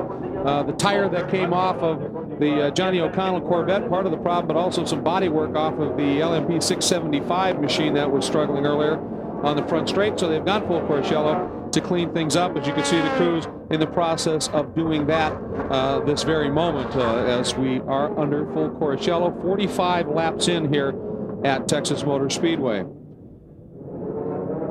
Right now, there is your race leader, number 2, Frank Biela, of course, started dead last and has had a tremendous drive today. And this entire Audi program had an incredible run last year in the year 2000. There were 12 races that made up the American Le Mans Series Championship. They won 9 of them. And just a remarkable season. We're very happy to welcome to the booth Michele Alboreto, who played a crucial role in much of that success. And of course, the win at Le Mans as well. What a great year for Audi. Yes, it was a fantastic season. We worked hard for score these results, but last year was really something unexpected because we win almost everything. So we will remember this season forever. And not just the sprint races. I mean, you swept all of the long races as well. The first time this R8 ever took to the track in a race was at Sebring, and it just dominated that event. I mean, it couldn't have done much better than that. Both of the cars down the pit doing driver changes under the yellow right now. But, I mean, how do you top that? Well, we worked hard during this winter, and we developed the competitive car that we had last year. This one is brand new. It's the first race for us. There is a lot of things still to improve, but we are quite happy, and we're looking forward also for Sebring for the long race to see the reliability of the car, because it's not really sure at the moment. Now, of course, we're also seeing Ron Fellows getting on board now, the number 3 machine as well. There's Hans Stuck taking over from Boris Set, so a slew of driver changes here into the yellow. Both of the Audis made stops just a couple of laps ago. but they brought him back in here. Now, is it under the yellow? They just want to get the driver change done, which could take a little bit longer? Because it looks easy, but there is a big battle in the family. So it's not only a manufacturing championship, it's also for drivers. So all drivers want to win this race, and the championship also is a very, very important for us. So we have no orders except that bring the car back at home in one pieces. Now, of course, the Audi factory has provided the car for Champion Racing that is running it as a customer program. Do you guys view that in a sense as a third-team car, or are they just totally on their own? I mean, I know they're getting technical help, but how do you look at that program? Well, it's very helpful in one way, and never know what is the other competitor. So it's better to have one more car in the field. For the American race, but also for race like Silver, because you never know. Panoz make a fantastic job this year with the new car, and Audi want to keep the leadership if it's possible. So one more car could help a lot the team. That's, by the way, folks, the leader in the GT division, the number 23, McKenna Alex Job Racing Porsche, just leaving the pits as well. Getting back to the champion team, I'm sure you're helping them out, but I suppose not too much. You don't want to. You want to have an edge to be able to beat them. Well, I guess in a perfect world, would they finish third in every race? Yeah. And that is the ideal result for them, but I think they're looking for something more. But the most important thing is that one Audi have to win, and obviously the manufacturing team is maybe a little better car, because we developed this car a lot during the last winter, but still the last year car is very good. Very good indeed, as we have seen in the hands of Andy Wallace and Dorsey Schrader so far this weekend, when they hadn't even turned a wheel prior to getting here. That car continues to still be a factor. It still is under yellow here at Texas Motor Speedway, so we're going to step away for just a moment, and we'll be right back. Don't go anywhere.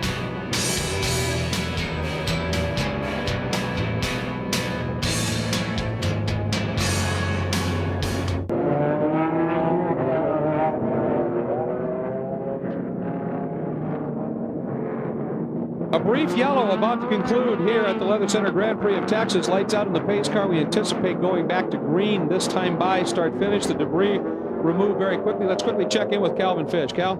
I'm here with Dindo Capello. The car seems to be working quite well, but you suffered some understeer in that opening stint. Can you adjust the car? Yeah, the car was very good at the beginning. I got a small gap compared Panoz, and then unfortunately 10 laps to the end, or 15 laps to the end of my stint, I found the yellow and green Panoz. I think the driver didn't see me, kept me behind him for 3 laps, and I lost all my gap, all the gap I got before I lost it. And then at the end, I had a lot of understeer. But when I restarted, refueling the car on full tank was a little bit better traction, but still not very good as this morning in the warm-up. Okay, and still a problem with that clutch, guys. He was telling me during the break that he's struggling getting the car out of the pits. All right, Calvin, obviously we are back to green, and we're watching the progress of, oh, what a move there! Brabham trying to duck down underneath Tom Christensen, who's taken over by, or for Capello, and they are absolutely wheel to wheel. That was a great attempt by Brabham, but boy, I tell you, Christensen just stayed right with him around the outside of that corner. And someone actually dropped a wheel there on the inside of that corner. It looks like there was some water off the racetrack, so that apex now quite wet in the infield there. So Brabham trying to make something happen on cold tires. Here is the black Panoz coming up. That is Jay Cochran in that yellow car. He is a lap down. And of course he's out front because the Audis, which had stopped. We've lost our scoring for the moment. There's Brabham. He gets by the champion car. Boy, those two having a good battle, and that was actually, I think, the champion car taking a run at Brabham, who messed it up. And number 2, Biela, now trying to work his way by Klaus Graf down into the chicane. Graf looks like he's got just enough that he goes into somewhat of a defensive mode anyway. But this has allowed Christensen to glom onto the back of Biela. Those two cars absolutely in formation and not that far adrift of them, as we pointed out, is Brabham in the new Panoz. And right behind him, a very racy Andy Wallace as they work down. Now down to the back straight and diving down into the infield section. And there is Brabham, but here comes Wallace. A nice outside and cut underneath. Attempted move. Didn't quite work. And oh boy, right there, Emanuele Pirro tried to maybe sneak by. That's the same car, of course, that Capelli was referring to, that cost him a bit of time. And of course, Cochran, as we've heard, he's on a very steep learning curve with this car. And now let's see, much better attempt, Pirro able to sneak underneath. Looking over at Michele, and you can see clenched fist, the jaw clenched as well. Pretty nervous moment, but obviously trying to get through the traffic as quickly but as safely as possible.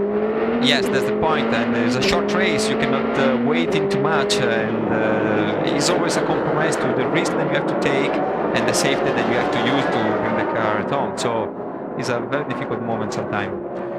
You mentioned during the break that it's Tom Christensen in the car. It's just an amazing driver lineup you guys have. McNish Sleeves, you've got Christensen there. You're going to be on board at Sebring. I mean, the cars are awesome, but also the other drivers on board the machine's tremendous as well. Yes, Tom is a very quick driver. We went together Le Mans some years ago, so I know him very well. And he's a very aggressive driver, as you can see.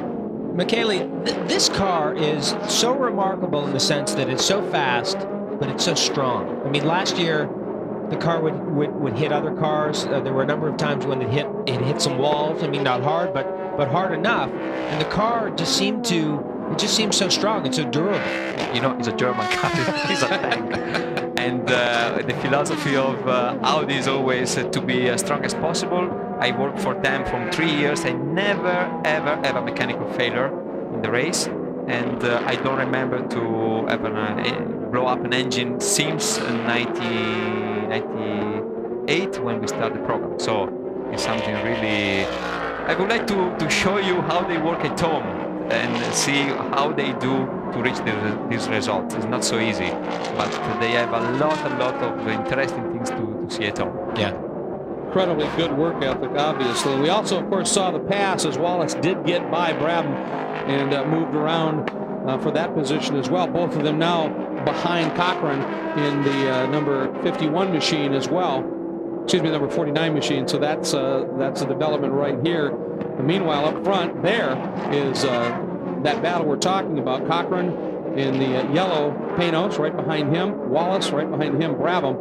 The problem is for certainly right now Wallace and Brabham, Jeremy, is the fact that up front those other three cars are really quickly starting to check out. Yeah, Andy Wallace and of course David Brabham would love to get around Jay Cochran, but you can't force the issue. I mean, if the opportunity's there, it's there. And if you force yourself in, Wallace now with a nice move, he got a better run through that fast little section of S's. That forced Cochran out. That's what let David Brabham slide in there. So both of those guys able to get around Jay Cochran. And Andy Wallace, I think now finally settling in with his car and really coming to terms with it. It is you know, new, as we've already pointed out. This car is new to the champion team. It's new to Andy Wallace. It is new to Dorsey Schrader, who's not yet been in the car in the race. Well, and I mean, you can test and test and test, and which they haven't. But even if they had, there's still nothing quite like being in race mode. I mean, mindset, team, the whole thing, to really go out and find out what you got with that car. Champion car doesn't look quite as good over the bumps, Michele. It's a different suspension. The car was developed by us during the winter. We changed quite a lot of things, and obviously it's a development of the last year car. So there is some little difference on the two cars, even if the looking looks the same, but under the body there is different things. Little difference. They said, the champion team has said that a great effort's been made by the factory to give them all kinds of setup information, keep them going. When it got wet out there and they didn't have any wet setups, they said that was a little interesting, but that's something that I think caught everybody a little bit by surprise here. So there is that champion Audi under full attack right now from David Brabham. There are your leaders in the three classes here today, and we'll be right back.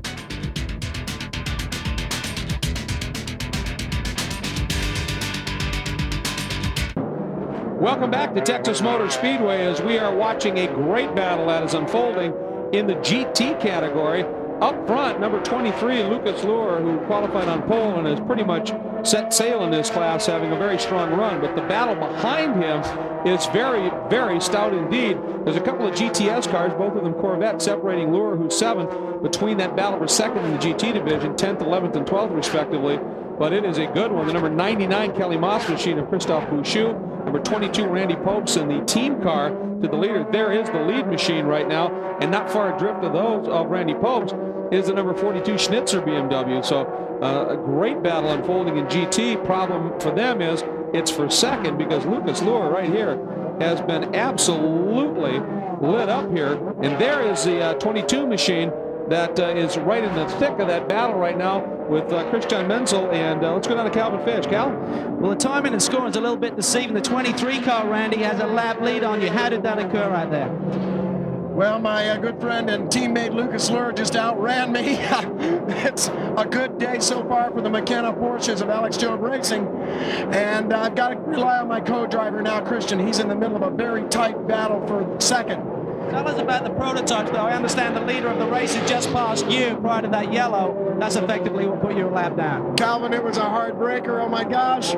If the overall leaders pass you and a full course yellow comes out, you are down a lap from anybody ahead of you. And that's what happened to us. And if I'd been just like 2 seconds faster over the hour and 20 minutes I was driving, I'd have been a lap up too. And Alex Job Racing would be 1-2 for McKenna. But that's the breaks of the game. And we're going to try for second, do the best we can. It's not over yet. You're going to keep trying, Andrew Marriott. Yeah, but Johnny Molam's just with me, but they've got a problem. Johnny, you've got a problem. The car's got a pit. Yeah, apparently when I put the window net up, I thought I'd clicked it in properly, but obviously I can't have done, which is a shame because the window net's fallen down and they're going to pick the car, so I've got to put the window net back up. Okay, you better go and do that, Johnny. You had a nice run there. Wow, that's a tough break, obviously, and that's per the rules. You got to have that net up. So Bob Wallach behind the wheel right now is going to have to bring that car down into pit lane. I want to clarify something. During the pit stops, Lucas Luhr did get out of the car. Sasha Maassen is now behind the wheel of the lead.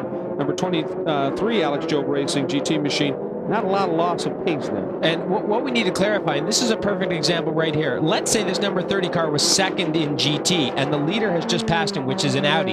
The car in front of the leader is another GT car, let's say leading the class, that BMW. If the yellow comes out right now, the cars behind that leader go down a lap to the GT car that they are racing with. That's what Randy Popes was talking about. It's not because Randy didn't do a good job in the car. It's just that with that 3 or 4 second gap between the two cars, at that moment when the full course yellow comes out, you're just out of luck. And that is just the game that you play. There, the door is open. Not only is the window not down, the door is open. Those are some of the problems you get into in the GT class. Well, what happens, yeah, if you're in front of the leader, the pace car picks the overall leader up, you get waved around. If you're behind them, you're parked. It's simple. Anybody who does get waved around gets that big benefit here. So we're looking for Wallach. Great onboard shot here, facing backward. And that is the number 10 BMW. And you just saw the champion Audi go ripping by. Here comes Brabham down to the other side. Now, that's what basically these guys in the GT division are seeing in their mirrors, coming up at them at a tremendous closing rate. Watching the number 10 car, carrying a serious slide around the turn there. Nicholas Johnson now behind the wheel, having taken over for Bill Oberlin. That car currently sits 5th in the GT division. Here's your top 5 overall.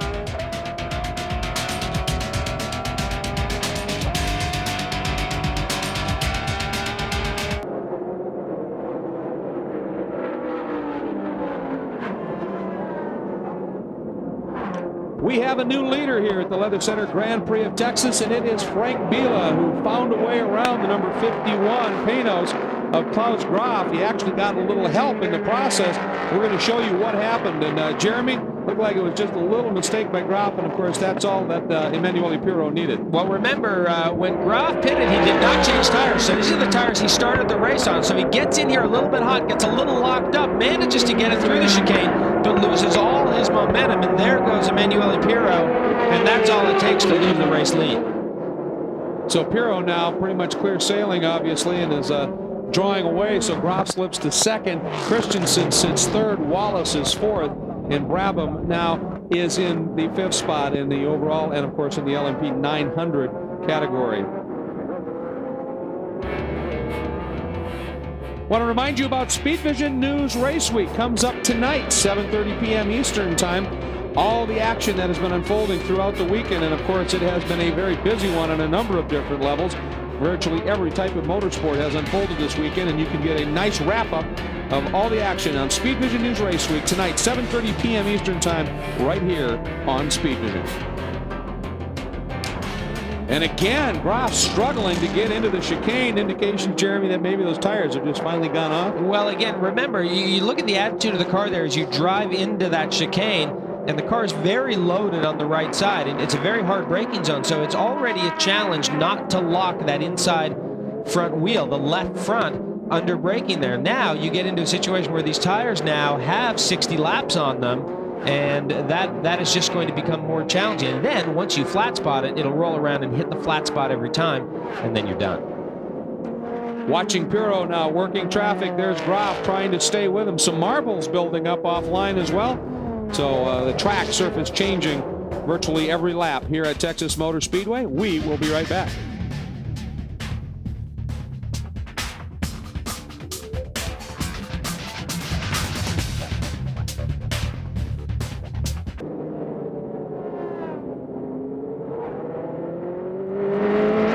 To Texas Motor Speedway, the Leather Center Grand Prix of Texas, and you are on board the #1 machine. Of course, Alan McNish brought that car to a championship along with Ronaldo Capello last year. And one of the things that you'll note as we were on board, the helmet on that car is not one we saw a lot of last year. It was Tom Christensen. He now is partner for Ronaldo Capello in that team. One of the big developments for Audi is drivers. Former open-wheel standout Alan McNish exploded onto the sports prototype scene in 1997 and quickly achieved superstar status. He's the consummate professional, a tremendous ambassador for the sport off the track, and blindingly quick on it. A fiery competitor, McNish scooped 2 major achievements last season to go with his '98 Le Mans win, victory in the Petit Le Mans at Road Atlanta, and the ALMS Drivers title with a dominating win New Year's Eve in Adelaide, Australia. For the future, though, the dream of Formula One was too strong. Hoping to earn a full-time ride, he is now Toyota's test driver. And while he feels he has much to offer in the development phase, he aims to race. As a driver, I think I've got a lot to give, a lot of experience on one side, technical knowledge, technical ability to set things up and to help on that side. But hopefully from a racing point of view, I can put a little bit of fight into the first corner and to try and jostle to get the positions.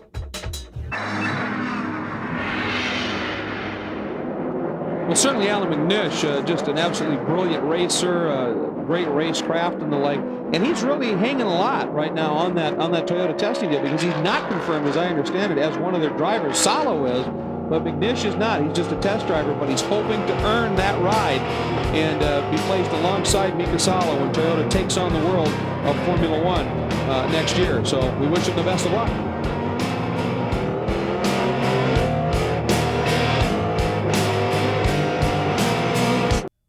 Speed Vision's coverage of the American Le Mans Series is brought to you by Haviland Extended Life Antifreeze. Add more life to your car.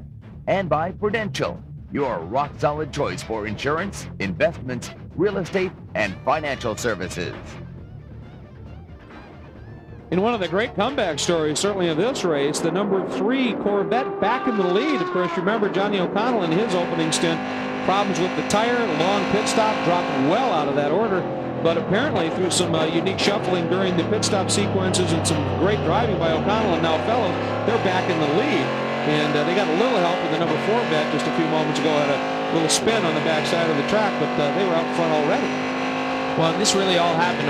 We were very closely watching the prototypes through the whole yellow flag situation. But Calvin, I think you've got some insight into this whole story. Well, it's complicated, Jeremy, but I'll do my best. Essentially what happened was the #4 car had pitted under green, so that got 1 lap back on the #3 machine.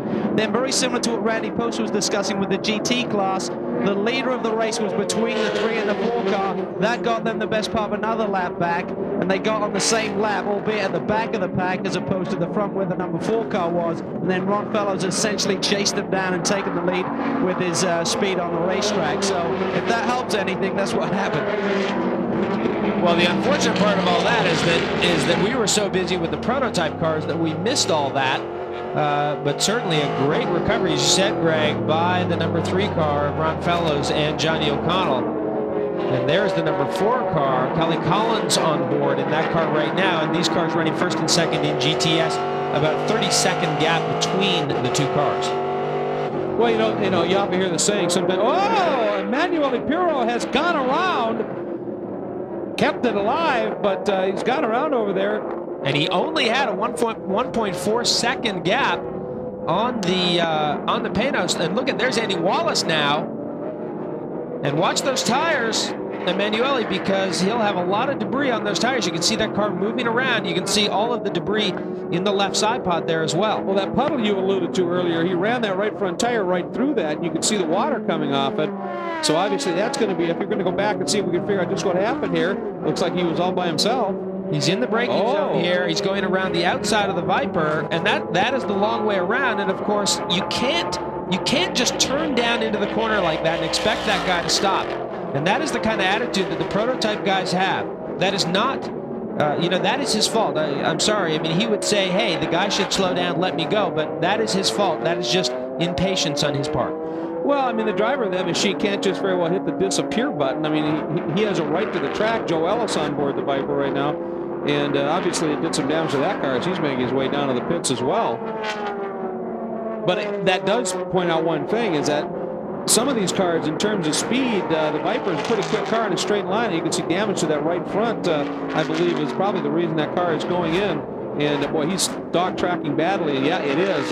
Tore up the rim pretty bad. But they get into the braking zone about the same. But when the GTS car has to brake, those prototype cars just go whistling by. Well, is this not classic? I mean, look at the front of that Viper. It is all torn up. And the Audi, as far as we know, is still driving around on the racetrack. Yeah, he spun and he might have a bit of damage, but this is this toughness. Look at that wheel rim is just completely destroyed from contact with that car. And Andrew, you're there. I am, and the first thing that strikes me is there's the most appalling smell of burning rubber here. The rim is all pulled back. It's pulled the outside off the rim. They're just going to pull this wheel off now. There's dirt falling off it, and it'll be interesting to see if there's any damage here. Now they're having a bit of problem with the raffle gun. Andrew, we're going to jump in. We've just had a serious incident. The number 4 Corvette right here on the tri-oval section of track has had a big hit. Looks like driver's okay and getting out. That's Kelly Collins. But Jeremy, the front end of that car, that was a substantial hit. Well, of course, we remember Johnny O'Connell earlier in the race did blow. Look at the right rear tire. It's actually gone on that car. And Johnny blew a tire, and Kelly Collins, you see, he's walking away from the car. He's not in great shape, but certainly he's up and walking around. And remember, earlier in the race, the Fellows O'Connell car blew a right rear tire, and I wouldn't be surprised if that's what's happened in this situation. We don't know. We're just speculating. The right front looks okay. It looks like it's still got air in it, but literally there is no right rear tire on that car. Boy, and you can see the damage to that machine, and obviously down there talking with Kelly right now, trying to make sure. Most of the time. Looks like Calvin Fish. Calvin, are you with Kelly? Yeah, Kelly. Tire blew. Kelly, what happened, mate? I was just coming on to the tri-oval right there, and this loud boom went.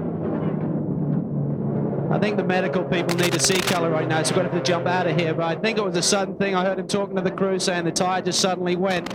And Johnny O'Connell had a similar problem with the right rear. So whether that is a problem, Johnny said that the track is incredibly dirty. A lot of debris out there, a lot of rocks. You can see the medical crew now going to work just to check that Kelly is okay. It's a pretty hard hit out there.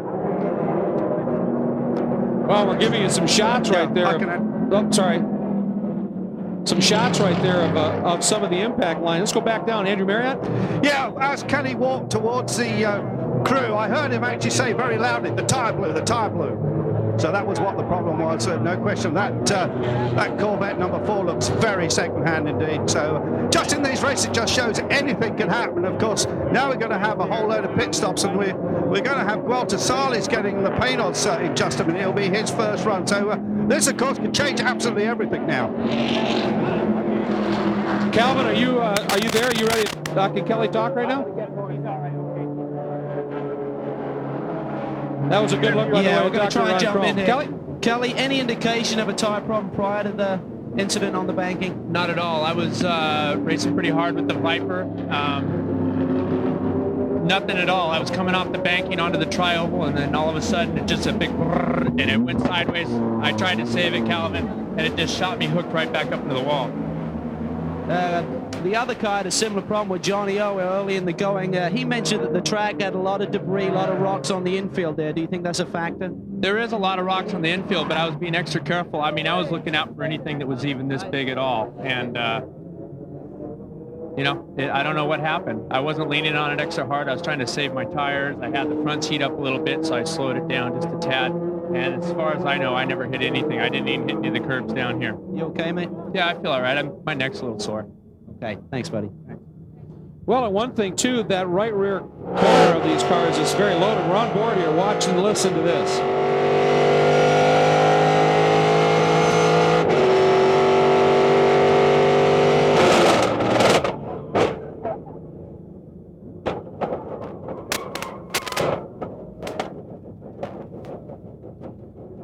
And he had just gone to top gear, so probably about 165, 170 miles an hour in that car. And you could see how quick all that happens. And that was exactly the sound that Kelly said. It was kind of this quick knocking sound, and then it was just gone. And he did correct a little bit, but of course the car turned right back to the right, and that's where the hard hit was on the right front. And I remember 3 separate hits. 3 times he bounced off the wall. So, I mean, obviously I was pretty serious. And as I was saying, the right rear corner of these cars with all that power and load on the banking takes an awful lot of a beating. And it has gone by. Take a look, slow motion here as we step away. We'll be right back.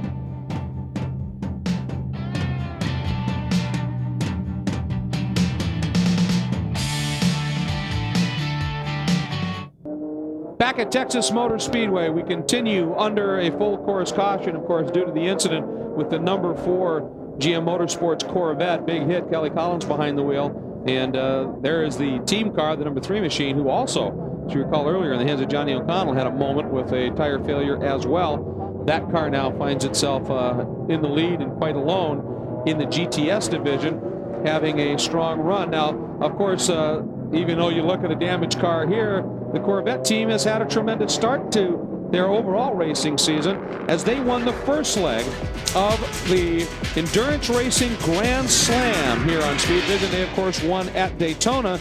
Next round of that championship is going to be coming up live from Sebring, Florida. The Sebring 12 Hours, one of the great legendary endurance races, certainly. And Speed Vision will have all the coverage for you live, flag to flag, from the legendary airport circuit, now into the hands of Don Panoz, and lots of improvements and changes at that facility. However, still considered one of the toughest races in the world. Oftentimes, those 12 hours there are considered tougher than 24 at Daytona or Le Mans.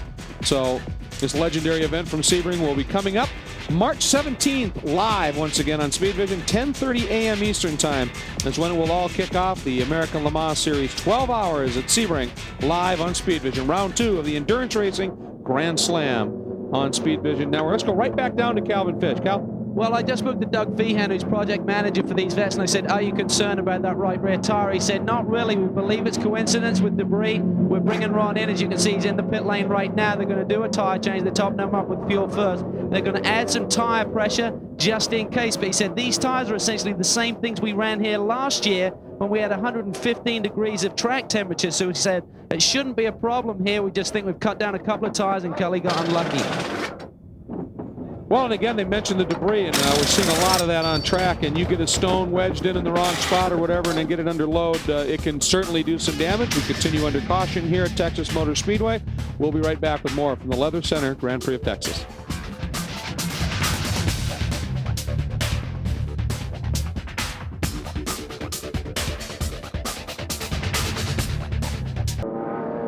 As we continue under the full course caution here at Texas Motor Speedway, fans enjoying a great day of racing. A lot of them set up a little carnival on the infield as well, making it more of an event than just a race, and absolutely great, obviously. We are under the full course caution, and one of the things these fans have been seeing is a slew of pit stops by the GT ranks, and we're getting reports that certainly for the Porsche contingent, that's it.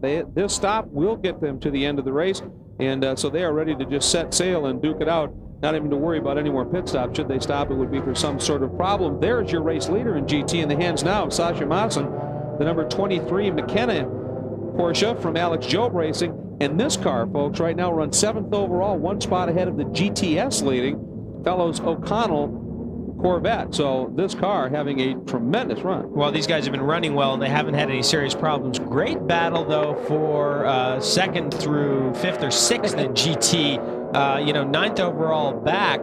The BMW, the Porsche, another Porsche, another BMW, all together on the racetrack. So we're going to have to keep an eye on that. And of course, that Porsche getting the break during that caution flag and getting waved around. Good look here at this radical new Panoz, and it is the topic of this week's Michelin Tires Tech Tip.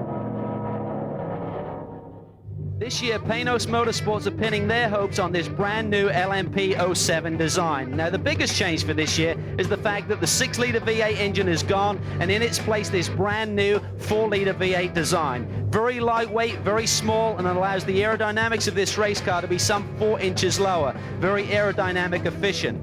Now, this car is also very safe. As we look at the front end of the race car, we have this deformable nose box, very much like a Formula One car. Now, because this is a front engine design race car, it also has a front chassis, which again provides the driver with great impact protection. As we come up around the cockpit area, one change for this year is the location of the fuel cell. Before, it used to be around the back end of the driver. Now it's centrally located, which certainly has a performance advantage in terms of weight distribution, but again, in the event of a crash, a much safer location. Finally, as we look at the cockpit area itself, you'll notice these very high dorsal fins, which gives the driver great head impact protection in the event of a side impact. Overall, Panoz Motorsports certainly hope that this race car will be faster on the racetrack. The drivers know that it will be much safer in the event of a crash. And there is the car now at work, if you will. And Jeremy, one of the things about it, look at all the openings on this car. They are managing the air in such a great variety of ways on this car. And what you have to do is you have to stand next to that car to realize how low it is. I mean, look at the size of the helmet in relation to the rest of the car. This car is very low, presents very little frontal area, and unlike the last Panoz, is much easier to see out of because the engine in this car sits so much lower. So the visibility, even though you're sitting way back in this car, essentially on the rear axle, the visibility is actually pretty good out of this car. Very, very unique, very special design, and you have to give them a lot of credit for you know, having the you know, the nerve to build this thing, really. The nerve, and I like the way you put it. They are definitely thinking outside of the box with this car, and it is shown that that kind of vision can be effective as well. And of course, Calvin talked in that tech tip about the safety aspects of that car. Well, that is a very special topic. This Monday, Speed Vision News special assignment, Racing Safety, examines motorsports' role and responsibility in protecting its most prized asset, the driver. Greg Abbas looks at the latest systems being developed to ensure racers survive, even walk away from major accidents. Tune in. Welcome back to the Leather Center Grand Prix of Texas here at Texas Motor Speedway. The caution about to conclude here after the incident for the number 4 Corvette. And so the field's starting to get a little bit more serious in their approach to warming things up here. We expect to be green next time by. Start-finish at this stage. It's number 1. Tom Christensen now is your race leader overall. And there's a good look at the Alex Job crew and the team. And, of course, they're right in the midst. That is Alex himself in the midst of a very, very close fought battle. Not so much for the lead, where they have a pretty substantial margin, but second in the rest of that field is pretty much all grouped together. And when we do go green, Jeremy, this is going to be an absolute war. Yeah, I think it is, because second in GT right now is the number 42 BMW, JJ Leto.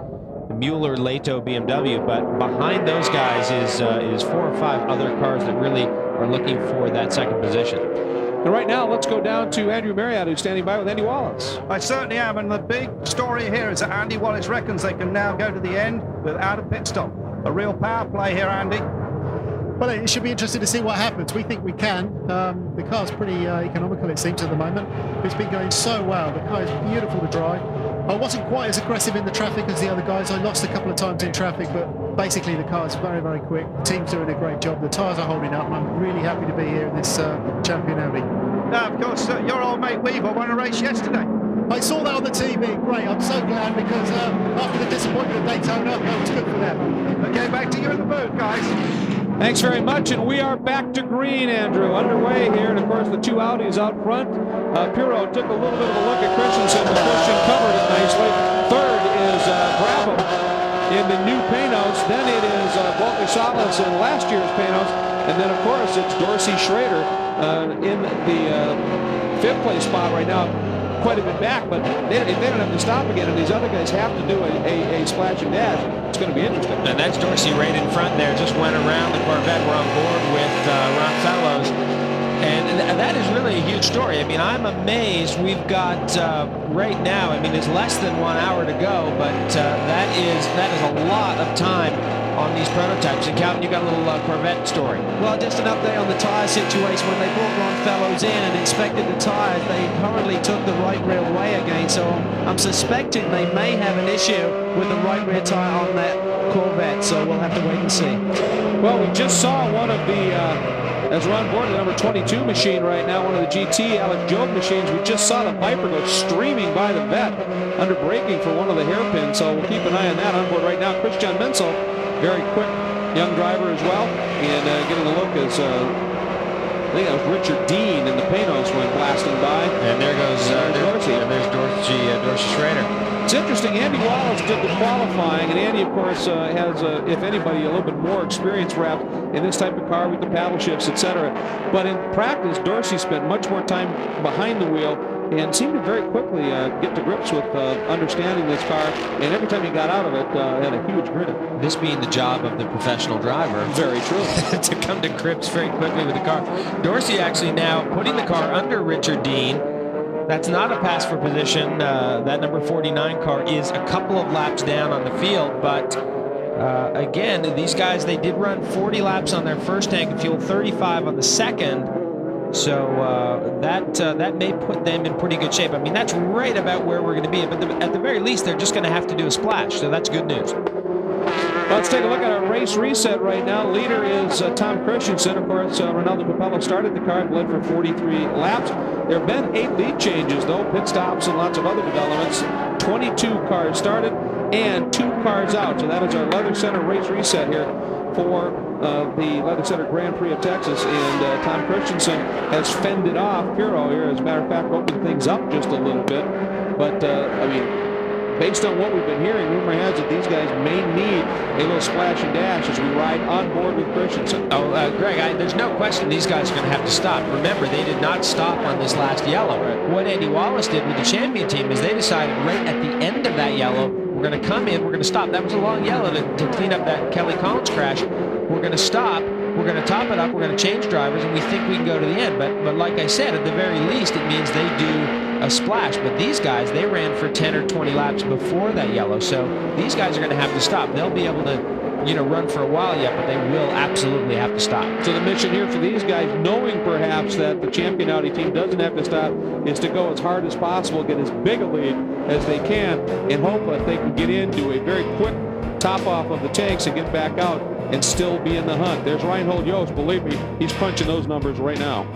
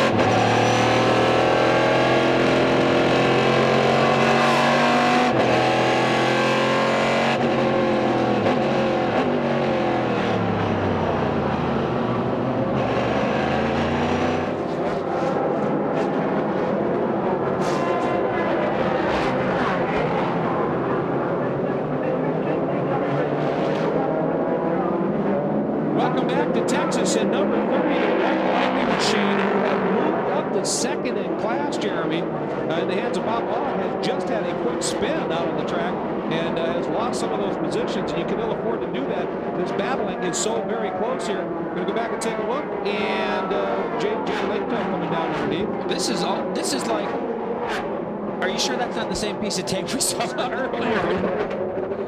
Okay, let's stuff it inside, lock up the brakes. I mean, it's the same move, different corner, same move. This pass is really not done. Look at, he's locked up on the right front. He's not even halfway alongside him. Taps him, he goes around. And you would think that sports car officials would look at this and they would say, you know what, that's just not really a reasonable way to race, and black flag the driver. Yeah, and unfortunately for certainly the number 30 White Lightning car, Christian Benson, the 22 Alex Job machine snuck by underneath as well, so definitely lost a few spots in that exchange, and they're going to be getting a little frustrated with that, certainly, but going to get back after it. Of course, we've noticed, too, that we believe Terry Borchardt out behind the wheel of the Vipers, and that's going to get interesting. And here we have now, this is Walter Salas, 6 right now in the 4th spot, and Dorsey Schrader, the champion now, is running him down, ran him down in fairly short order. And Salas draws away just a little bit here, but certainly in the infield, Dorsey really seems to be having the bit between his teeth and closing up. The leader's about 23 seconds out in front of this battle. Of course, the number 50 Panoz with David Brabham on board is between the 2 leading Audis and these 2 cars. So this is the battle for 4. Now, the 2 Panoz cars are in better fuel shape, better shape as far as fuel than the Audis as well, because remember, they stopped early on that yellow. The Audis did not stop on the yellow, so both Panoz have stopped on that yellow. The champion Audi stopped very late. What's this? Dorsey Schrader slowing down. Did he miss a gear there? Dorsey definitely slowed down. And let's see, it looks like he's back on pace right now, but definitely went. One of the things Dorsey was telling me about is he said on the upshifts in that car, the paddle and the way that transmission works, you've got to be on the throttle. There's got to be some load in the engine, and if you're not, and in the heat of battle, maybe revert to his old ways of lifting when he makes the upshift. He said it kind of will go in between gears, and you've got to get it into a gear, get back on load to get going again. Perhaps that's what happened. Looks like he's back on it again, and not exactly babying anything at this stage. So he just has to make up all that ground one more time. Let's go back down to Calvin Fitch. Calvin, I know you've got some information. You've been talking to Dorsey quite a bit. Yeah, I spoke to Dorsey when he was running in the wet the other day, and he's running the car. The car got sideways on him, and his hand hit the rev limiter, the pit lane speed limiter button, and immediately shuts the car off because he's gone way too fast. So I'm just guessing that may have happened again with a slight momentary pause. Now he knows when it happens, it immediately reignite everything. Well, it certainly appears like once he saw whatever the problem was, as you pointed out, he's right back on it. In fact, he's drawing in over Salas already. Now, look at this battle here in GT. That Schnitzer BMW taking a run at the number, I believe that was the number 22, Alex Joe Machine of Mensa. That's definitely a battle for position, and that's one of the BMWs in the mix as well. That's the number 10 up and around the outside, Nicholas Johnson, trying to work something as well. Oh, boom. Well, there's something, I think there's damage on the left front of that Schnitzer car, the 42 car, and I think you can see it. He certainly locked up that left front very, very easily. You can see the damage on the right front as well. So that car a little beaten and battered, no question about it. That is Mueller in the car right now. So Mueller's dropped the spot to Nicholas Johnson, and of course now Mensa has gone by and opened up a little bit more margin. And here comes Pirro, streaming down the inside of everybody. There's been a lockup from Johnson, letting Pirro through. Mueller right behind, and then right behind them is the team PTG machine. Hunt Stuck behind the wheel of that car. So the 3 BMWs pretty much running in lockstep right now. Well, I think we're going to enjoy this battle this year between the PTG team and the Schnitzer team. Of course, both teams very experienced in running these GT-type cars, and a little bit of pride on the line, I think, because the Schnitzer team being European-based, of course, PTG being based here in the United States, definitely some pride on the line. And here is a replay, and you can see that left front locks up very, very early, which leads me to believe that it might have been flat spot. A little bit of contact there between those 2 cars, nothing excessive, and there's the pass. Got down and underneath and executes it beautifully right up front, as we said, with the number 22 entry of Mensa. And we're watching. Now, you mentioned, and I think this is a very salient point, that the Schnitzer team, we've been used to, of course, the last couple of years watching that team in the prototype division. But in Europe, I mean, it's got a tremendous amount of experience in GT racing and touring car racing. I mean, yes, they feel it's some tremendous progress for many years. Yeah, they will be successful here. But like I said, I think there's a lot of pride on the line as far as the PTG team is concerned. Here come these guys from Europe, and they're on our turf, and we're gonna make sure we prove to them that we can get the job done, and prove to BMW, not only BMW in Germany, but BMW in North America as well. It'll be interesting to see how that all unfolds when the new V8 machines come on board, and they're being built by Schnitzer, that provided to the prototype technology group to see just what unfolds at that point. And there's number 23. That's the car that Sasha Maassen has a class lead, and it's at the back of that group. Make no mistake, that machine is leading right now in class and has almost a full lap on the entire field here in the GT ranks, and the Schnitzer BMW dives down the pit lane. We'll be right back.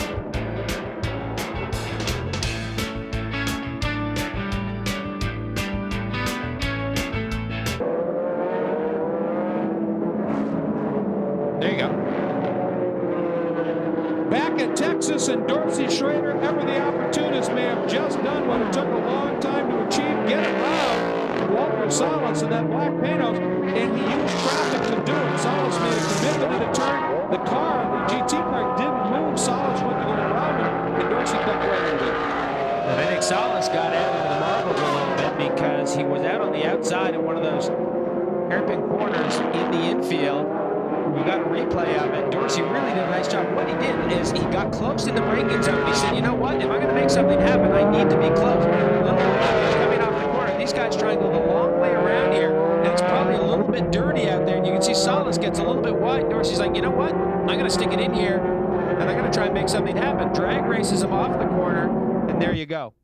And one thing we were watching, Dorsey has been eating up that car under braking, but coming out of the turns, the torque of that V8, and you mentioned earlier, getting the turbo spooled up to like, even in this area, it's still a little bit lagged. But boy, Dorsey was just gangbusters under braking, and that's what really set that all up. Yeah, did a very, very nice job there. So Dorsey Schrader now up into 4th position. Remember, Andy Wallace said he feels these guys can go the distance on fuel. So not necessarily based on speed as much as strategy. This champion team might pull might pull a rabbit out of the hat here. And keep in mind, you cannot come out of a NASCAR Ford, they turn before the open line into the pits, go flat out and full chat down to your pit.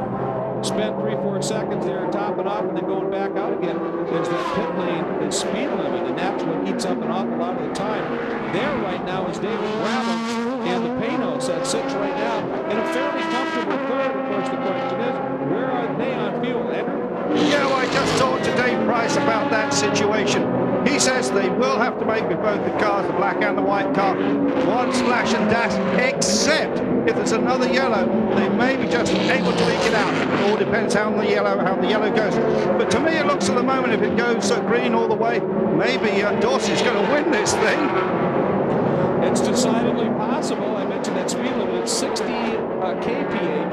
So, 70 kph. So we're on 45 miles an hour, 50 miles an hour in that range. So you have to be a little bit careful. You saw as Brabham went through that the number 44 American Viper racing machine. With Terry Borchler behind the wheel, looped it right in front of him. Borchler has been driving that car with some significant pace here. We saw him even pass Ron Fellows earlier from an onboard. This, the Panoz right now, they have to be, I would think, Jeremy, absolutely thrilled with the debut of that car this season. After all the problems it had at Adelaide and some of the problems, that car has been an absolute missile here, as well as appeared to be quite reliable. Hope we haven't just jinxed it. Meanwhile, Tom Christensen out front now, the margin almost 5 seconds.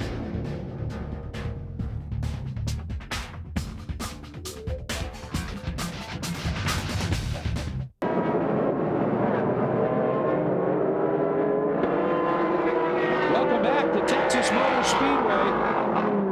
A lot of traffic, a lot of races within races showing themselves here, certainly. And we're watching right now the prototype division, the leader, Christensen.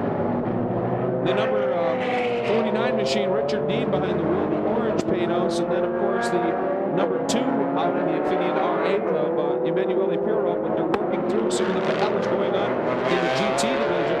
And that's where this gets interesting. That lead car, that's the American flag colored machine. That's Anthony Lazzaro. This is Kelly Moss right behind him. Right the machine of Bob Wallach.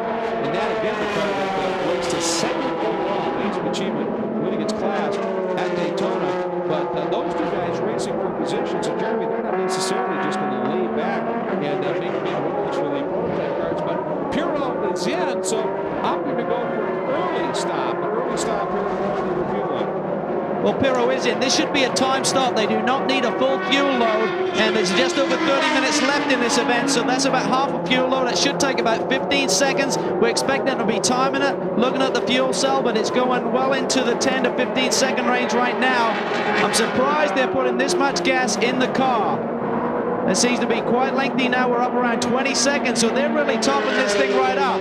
Pirro fires it back up, and he's out of here. Clean stop. A lot of fuel went in. I didn't think they'd be in here that long. And meanwhile, Dorsey Schrader already down to the chicane, so he's going to have, by the time Pirro was able to get back up to speed exiting the pit, Dorsey's going to have a fairly substantial margin in hand over Pirro. Then it'll come down to just pure speed on Emanuele Pirro's part. You don't want to bet against that, certainly. But It seemed an awful long start. Well, I think by the time it's all done here, Dorsey will have about 6 or 8 seconds on that car. And of course, as you say, here is the lead car now, so the number 1 car. These cars. Tom Christensen brings the number 1 machine into pit lane. It should be a similar length stop. They've got about 5 seconds of fuel in now. We'll time this and see how much he needs. He gets a drink. They're checking the tires. The tire technicians and the brake engineers are allowed to look at the car during these stops, do some inspections, but the crew cannot work on it. We're up around 18 seconds. The Panoz has gone by, so they're losing the lead here as we speak, and this is a long one, about 25 seconds. That's almost a full fuel load. Well, Calvin, I seem to recall when you were chatting with Ronaldo, we mentioned that the fuel load near the end of the stop, maybe they were top off, so just handling it at the best. That's quite possible, Greg. What I didn't understand with his comments was he had understeer, and he said it was better under fuel load, and Jeremy could maybe get into that. In fact, that typically is not what you get. You get more understeer when the fuel load is high. Well, I'll say this, Calvin. When we watched the onboard early on, I thought there was a lot of understeer in that car to start with, and maybe they just ground the front tires off, and there just was no hope of that car getting better. So, I mean, that might be the answer to that question. There you see Dorsey Schrader. Now, he's been able to get by one of the Audis on that stop, but not. He was able to get by the 2 car, but not the number 1 car. There is the number 1 car. So there's the gap from the number 1 car to the champion Audi, the number 38. And of course, up front, there's that same problem. There's that same problem for Dorsey Schrader. It just suddenly just almost comes to a dead stop, so something not quite right. Meanwhile, Brabham up front in that new Panoz, as I was saying, they have to be absolutely ecstatic, Jeremy, at the run that car is having. Even if they do have to dump into the pits and end up finishing second, third, something like that, still in all, with how hard they've had to work to get this car to work, they've got to be happy. Well, you know, for me, it almost goes back to that first stop where they changed tires and no one else did. And I don't understand that, because that is really where they lost most of their time. Yes, they've been on a slightly different pit strategy with the Audis. Both Panoz have, wherein they stopped on that last yellow as the Audi stayed out. But again, it goes back to that first stop where they took tires, no one else did. I still don't understand that. Well, unless what you mentioned at the time, it would make some sense that since they don't have any real data on this car, tire wear and the like, that they wanted to find out what the tires look like. There's only one way you can do that. That's true. You would just think that with a lighter car, less power, that it would just naturally be better than the other Panoz. But we really are just guessing. But again, my big question mark is that first stop. So you would challenge that theory, you just can't confirm it. You were absolutely correct. Okay. Brabham working through the chicane, and they talked about the fact that car, its weak link right now is straight line speed because they don't have the engine exactly where they want it. But, I mean, throughout the weekend, no matter where you've been watching this car, that Panoz has been unbelievably quick in the twisty bits. I mean, they really have that thing dialed. So. Well, everyone, you saw one of the wipers go around there, everyone that has been talking about this car has been saying that it's just like a go-kart. I mean, it just goes where you point it. And that would all make sense. I mean, from a packaging standpoint, the perfect race car would have all of its weight right in the middle of the car. And this car, because the motor is so low, because it's so close to the center of the car, the fuel is close to the center of the car, it has a very tiny little transaxle in the back. I think that's the idea. Keep the weight low, keep it close to the center of the car, and you've achieved your goal. Well, on paper, obviously, the car looks to be very effective, and we're seeing it looking very strong here. But it's the guys who sit behind the wheel that can give you the best insight on that. A little bit earlier, David Brabham talked about this car. It's quite an exciting project, really. It's very different to what we've been running in the last few years. And, it's early days yet. We've still got quite a few things we need to work on. But the feel of the car is sensational, really. I mean, compared to the old car, I mean, everything's so much lower, and you can just, straight away, you felt that. And the first couple of races, in reality, for us, are going to be pretty tough. We knew that coming into this season, that it was going to take time. But the great thing is we can feel the potential, and, you can't no one's going to see that yet till a little bit later. I think, you know, in the next couple of races, you'll see us, you know, getting to a point where we can probably threaten Audi. I don't know, Jeremy. I think Audi might already be just a tad bit threatened. I mean, this car is proving that it is very close, if not there. And if there is more development to come from the engine, I mean, this car is going to be there. Well, and there will be more development to come from every part of this car. You know, you learn as you go, and you learn what the car likes aerodynamically, you learn what it likes mechanically. You know, more power can certainly help it in a straight line. It won't necessarily help it come off the corners any better if you don't get the power to the ground. But sure, I mean, as David Brown said, it's early days yet for this car, and it has, like I said, they've been very bold with it, and it's got a lot of development left in it.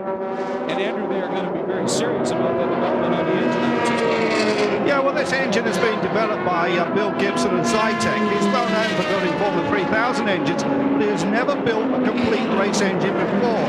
Now, this particular engine in the car is the same one they ran in Australia.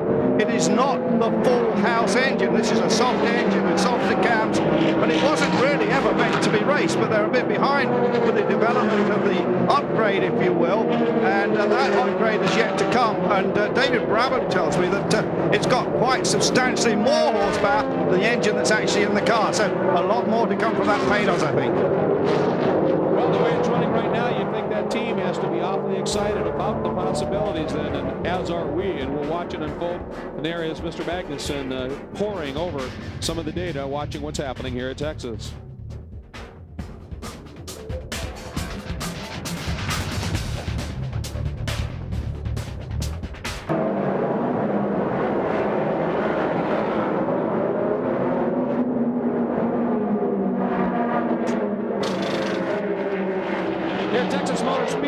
GTS Corvette is in. Calvin. Well, they topped him up with fuel just to get him to the rest of the way, and they typically keep the same tires on with such a little amount of time left in this one. But they're just being conservative here, precautionary tire change here. They've experienced some problems with the right rear on both cars here today, and they just want to get Ron to the checkered flag. That makes sense. They have right now a full almost lap and a half lead on the and it's a smart thing to do, no question about it.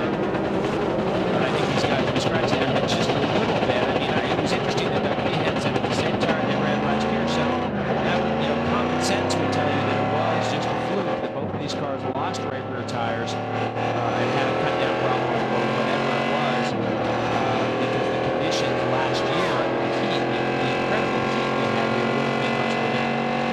By the way, the Formula One season is underway, and Speed Vision will be covering it for the entirety of the season. And if you missed Speed Vision's live coverage of the Australian Grand Prix, guess what? There's an encore presentation of Formula One, and it will be Monday night, 8:30 p.m. Eastern Time, 9:30 p.m. Pacific Time. You can watch what unfolded at the Australian Grand Prix in Melbourne, Australia, a Formula One encore presentation from Speed Vision. Watching right now the battle, and this is one for a very significant position. There's Dorsey Schrader looking around the outside of the Viper, and not that far again. Right there is Benjamin Pirot, and the number 2. The body panel coming loose in that car. The number 2, well, Infiniti Audi. Well, I didn't see that. I mean, definitely you can see inside behind the left front wheel. It's very dirty from it being off the road. Right there. It looks like that rear panel separate. Boy, he took a run at Schrader right there. Well, I think Dorsey had another little hiccup there. And that looks like damage to me, Greg. That looks like part damage, but until that thing slows down a little bit, it's just hard to tell what's going so fast, which it seems to be doing most of the time. That's very true. Schrader, and of course, Dorsey's been fighting whatever that is. We're not sure what it is, but suddenly the car just lays down on him, and potentially we talked about a problem with the ship, or as Calvin alluded to,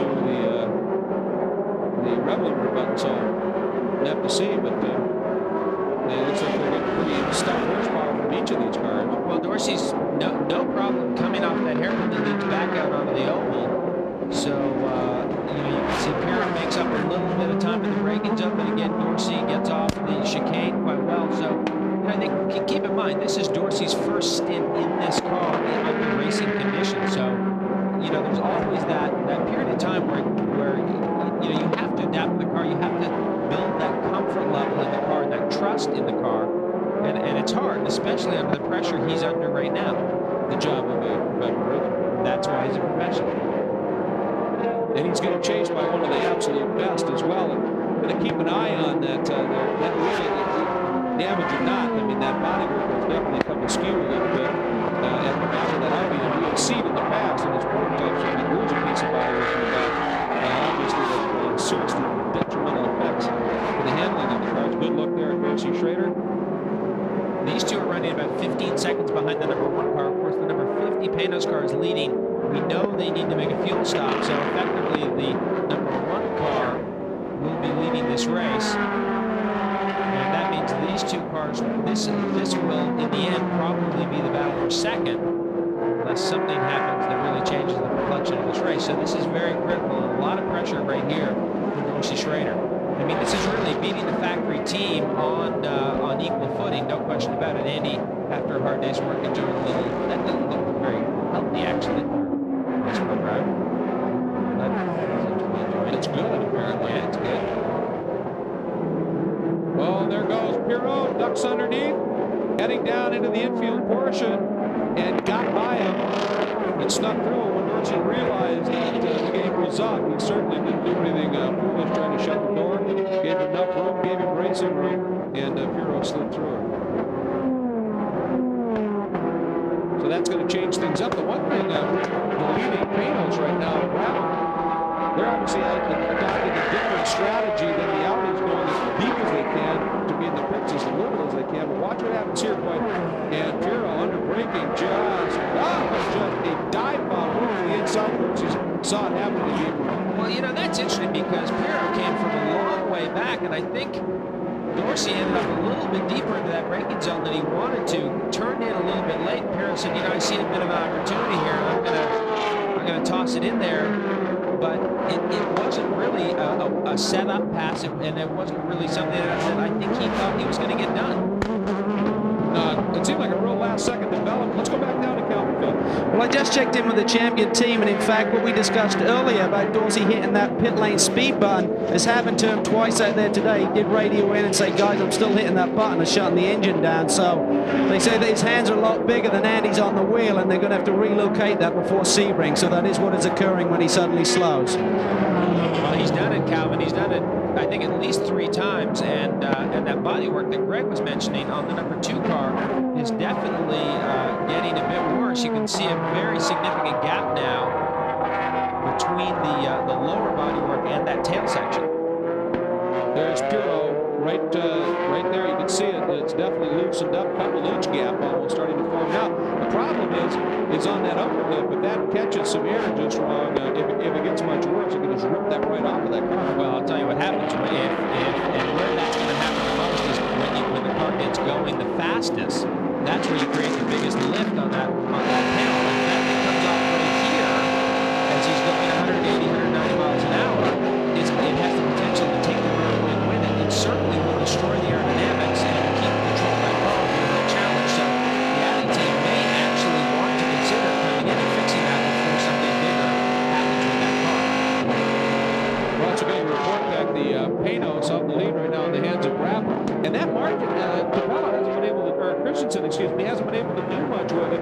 It's been right around 11, 12 seconds for quite a while. So Brabham did a nice job, and there's the Panoz crew getting ready as they are anticipating Brabham to bring that car in. And with 11 seconds, no matter how small a splash of fuel that is, there's no way he's not going to lose the lead. The time you lose running down the pit lane at that 70-kilometer speed limit, taking your fuel, even though that might only be 5 or 6 seconds of fuel, and getting back up to speed, he's going to lose that lead.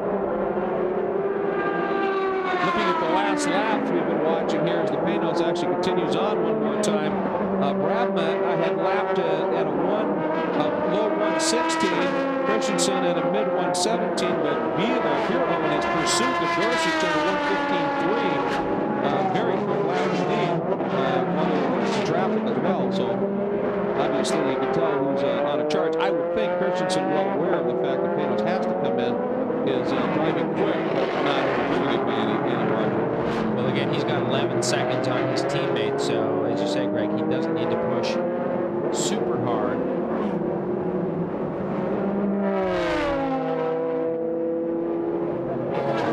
through that infield chicane. Now here you can see the margin there. There is your leader.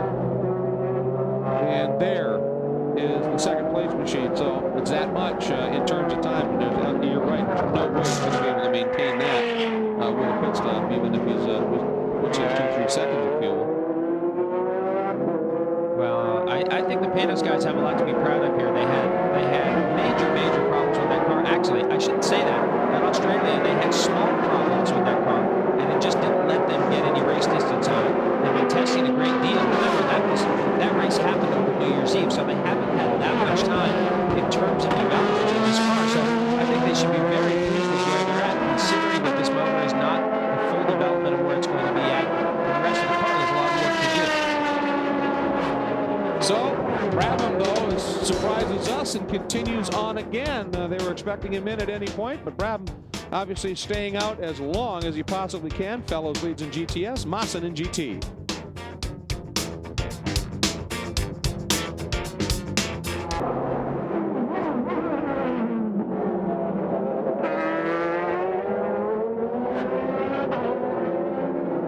Welcome back to Texas Motor Speedway. We continue to expect the number 50 Panoz, so David Brabham, to make an appearance at pit lane, but he is absolutely at full song once again onto the front straight here at Texas Motor Speedway, so the crew continues to wait, but Brabham just continues to lap.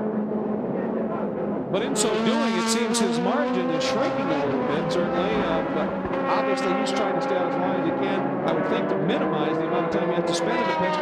But right now, the number 10 machine of Nicholas Johnson has apparently lost a right rear tire, and it too is at an absolute crawl, trying to make it back around to the pits without shredding the back of the car. It was third in GT when that tire let go. Well, I think it happened just about where Kelly Collins' tire let go, which was out there on the banky and approaching the start-finish line. So certainly some tire problems today.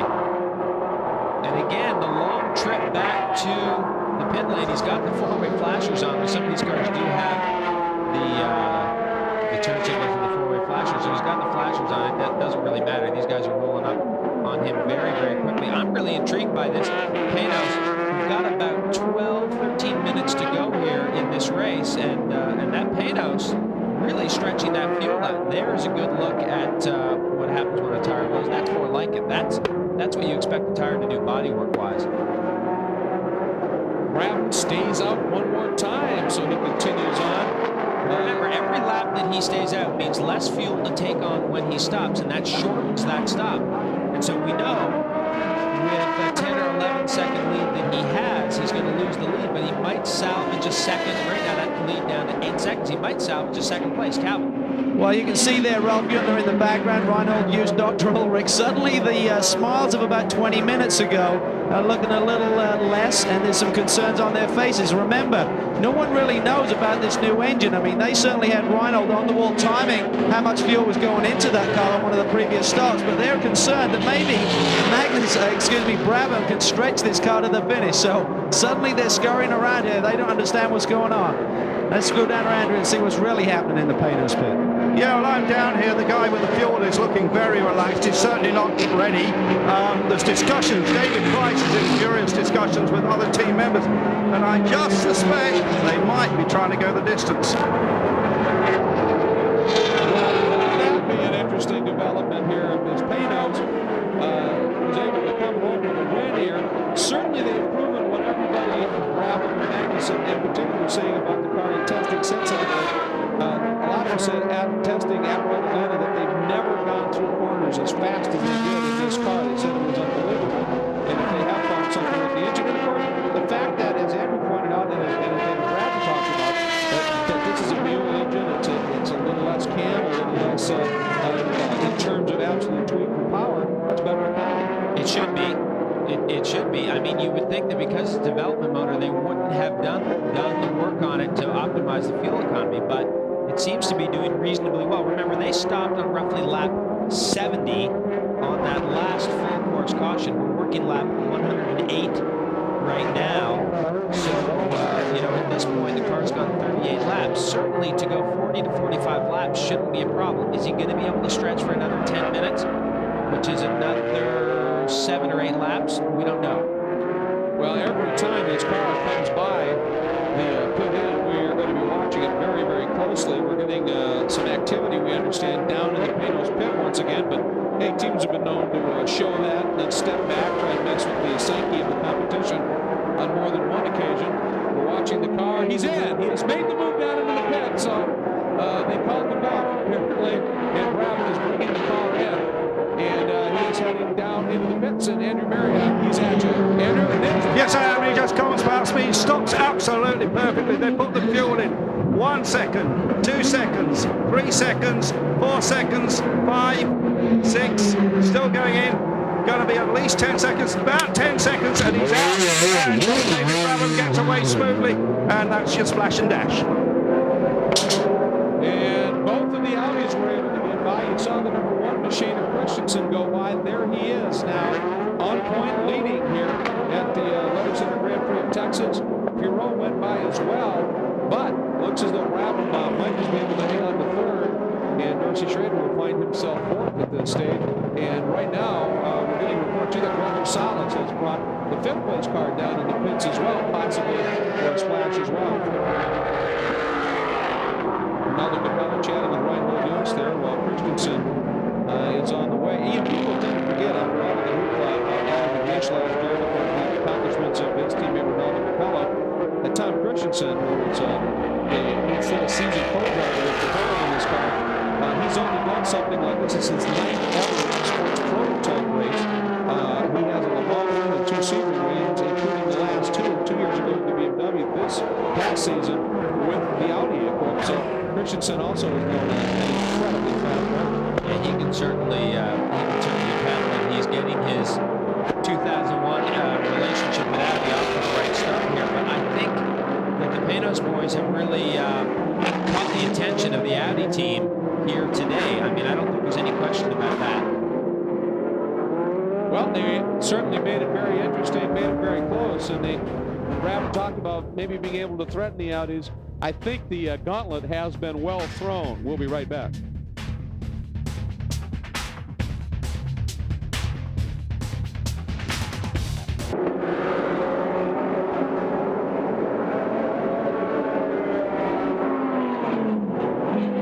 Welcome back to Texas Motor Speedway. There is your leader, fittingly enough, carrying the number 1 in the hands of Tom Christensen. And just putting another lap in the books, heading toward the chicane here.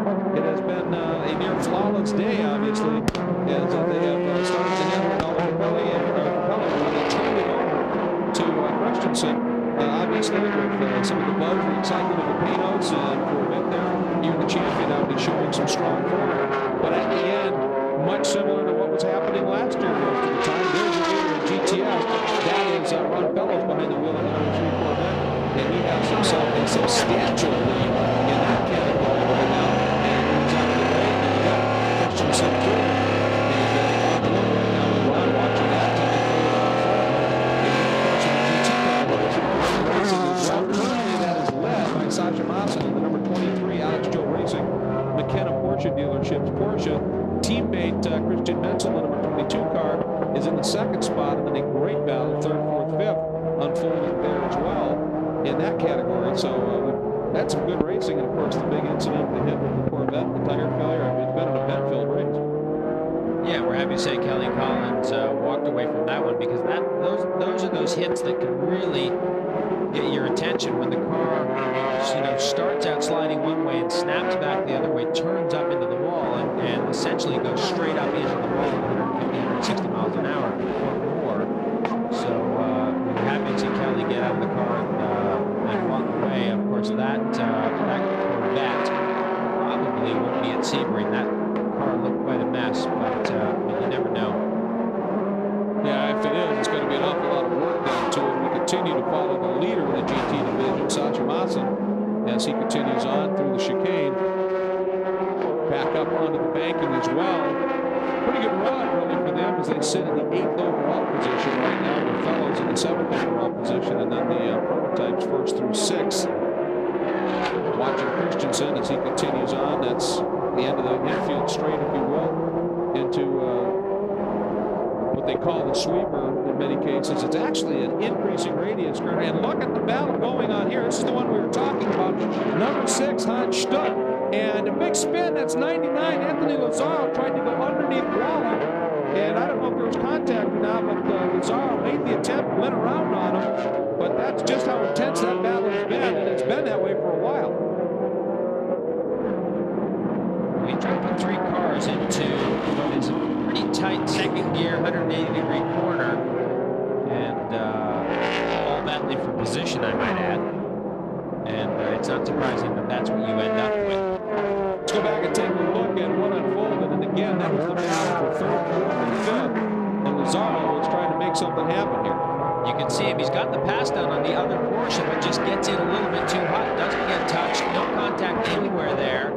Just got into the corner too hot on the pass and spun him around. Nicholas Johnson went around as well and picked up a spot back to the front team. That is Ronaldo Capello, as he sits and enjoys watching Tom Christensen apparently going to bring home another win for that program. I have to say, it's nice to see Anthony Lazaro back behind the wheel of a road racing vehicle. He did try the stint in the Busch Series, but he made his name in karting and in Sports 2000 and in Formula 4 and Continentals, and of course that Atlantic Championship. And I think his heart really always has been with road racing. Nice to see him back.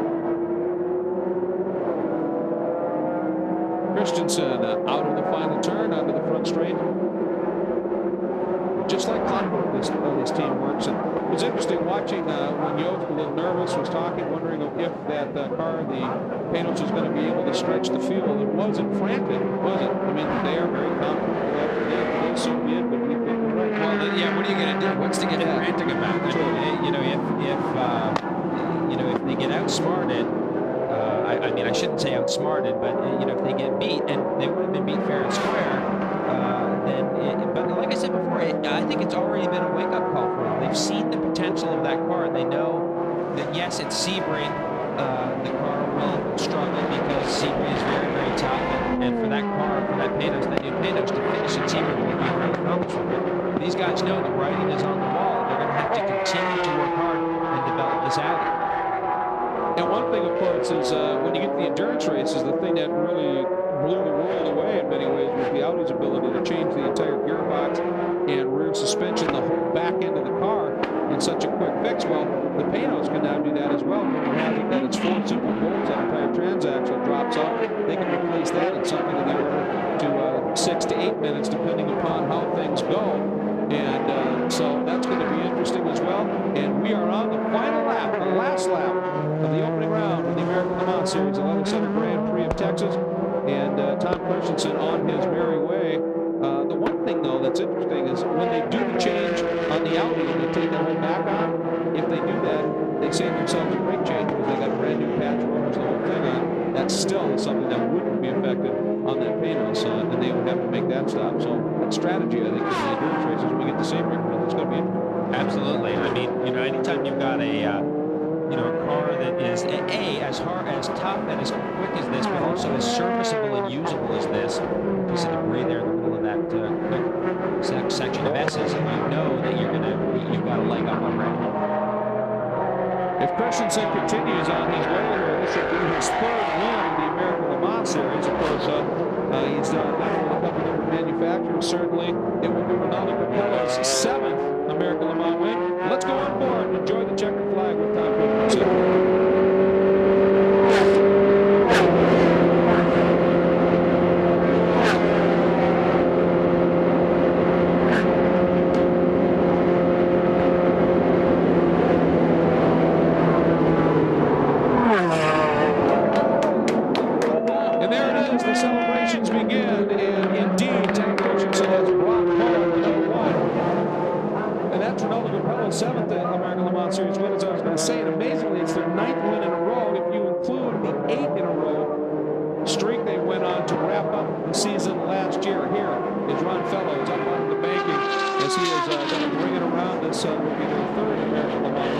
GTS category. In Texas last year, of course, they like coming to this place. The Tequila Patron now here once again. Kelly Collins might have a different opinion on whether he likes Texas or not, but certainly great for this team coming off their Daytona 24-hour win. And this is just what this team needs. Remember, they want to go to Le Mans. They want to go to Le Mans. That is their goal.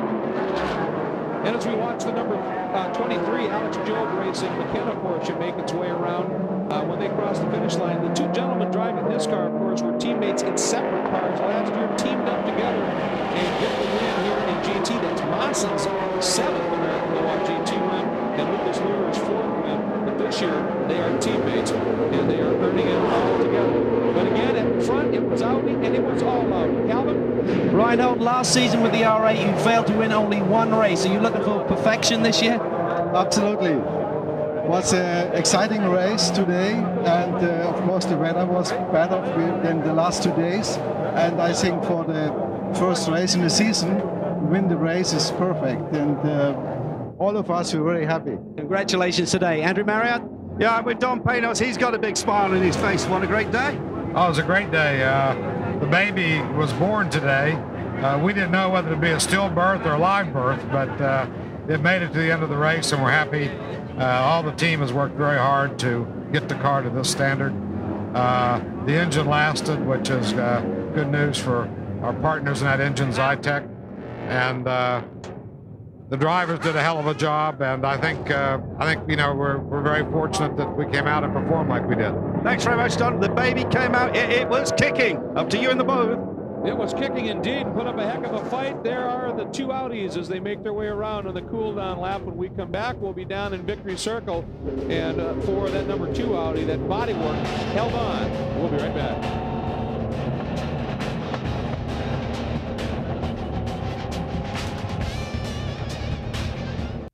Speed Vision's coverage of the American Le Mans Series is brought to you by Audi.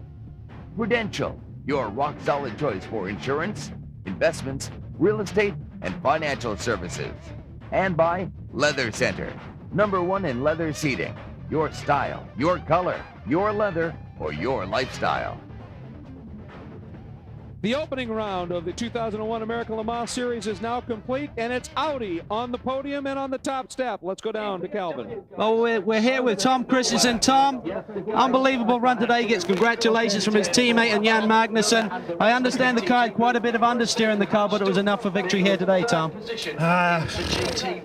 Yeah, it was. I mean, what a race, huh? I mean, a lot of things happening during such a short time, but we are very, very happy to be winning, because I don't think we really had the best Audi today, but we had some decent luck, and I would say after that, after the Corvette had that crash, after the pace car went out of there, I would simply just went flat out, because I knew if Emanuele was quicker, he would like to pass me. At that time, the car didn't work too bad, but I've never driven a car with so much brake balance to the rear, but I tried to do that to get the car to work, and it worked, and to be here, it's great. Congratulations. Glad to have you here full time now, and you've been named Technical Star of the race. Congratulations. Thank you very much. Thank you.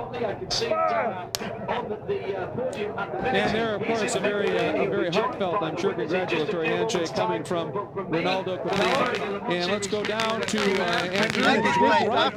I'm with Ron Fellows. He's congratulating all his crew here. A kind of different victory circle to the one a few weeks ago in Daytona, but an important one nevertheless, those points. Well, it was kind of ugly, but we'll take it any way we can get it. Thank all the guys from Pratt Miller, Corvette, Goodyear. Hey, it's a real good day. I got to thank Bob and Helen McGraw from 8 Yard Manufacturing, great Texas hospitality, and we'll dedicate this to the Earnhardts. Junior, we're thinking about you, and our sympathies to the Earnhardt family and DEI. We're going to miss them. And Junior, we want to see you at Daytona next year. Great day for Corvette. Hey, sometimes it's ugly, but we got it done. Ron, thanks very much, and very well said.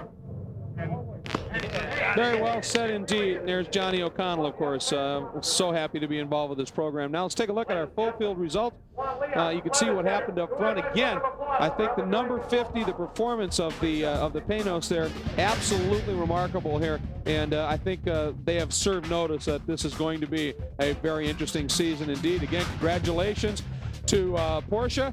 This is their 19th win in 21 American Le Mans races in a couple of different classes. That makes them the most successful manufacturer in ALMS history as well. So some absolutely great achievements here, and it's going to be fun to be at Sebring. Well, I think Sebring's going to be a great race. You know, the 12 hours, such an event.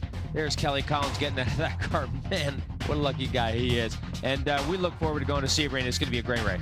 Remember to check everything out on speedvision.com. For Jeremy Dale, Calvin Fish, Andrew Marriott, I'm Greg Kramer. Thanks for joining us here at Texas. We'll see you in 2 weeks at Sebring.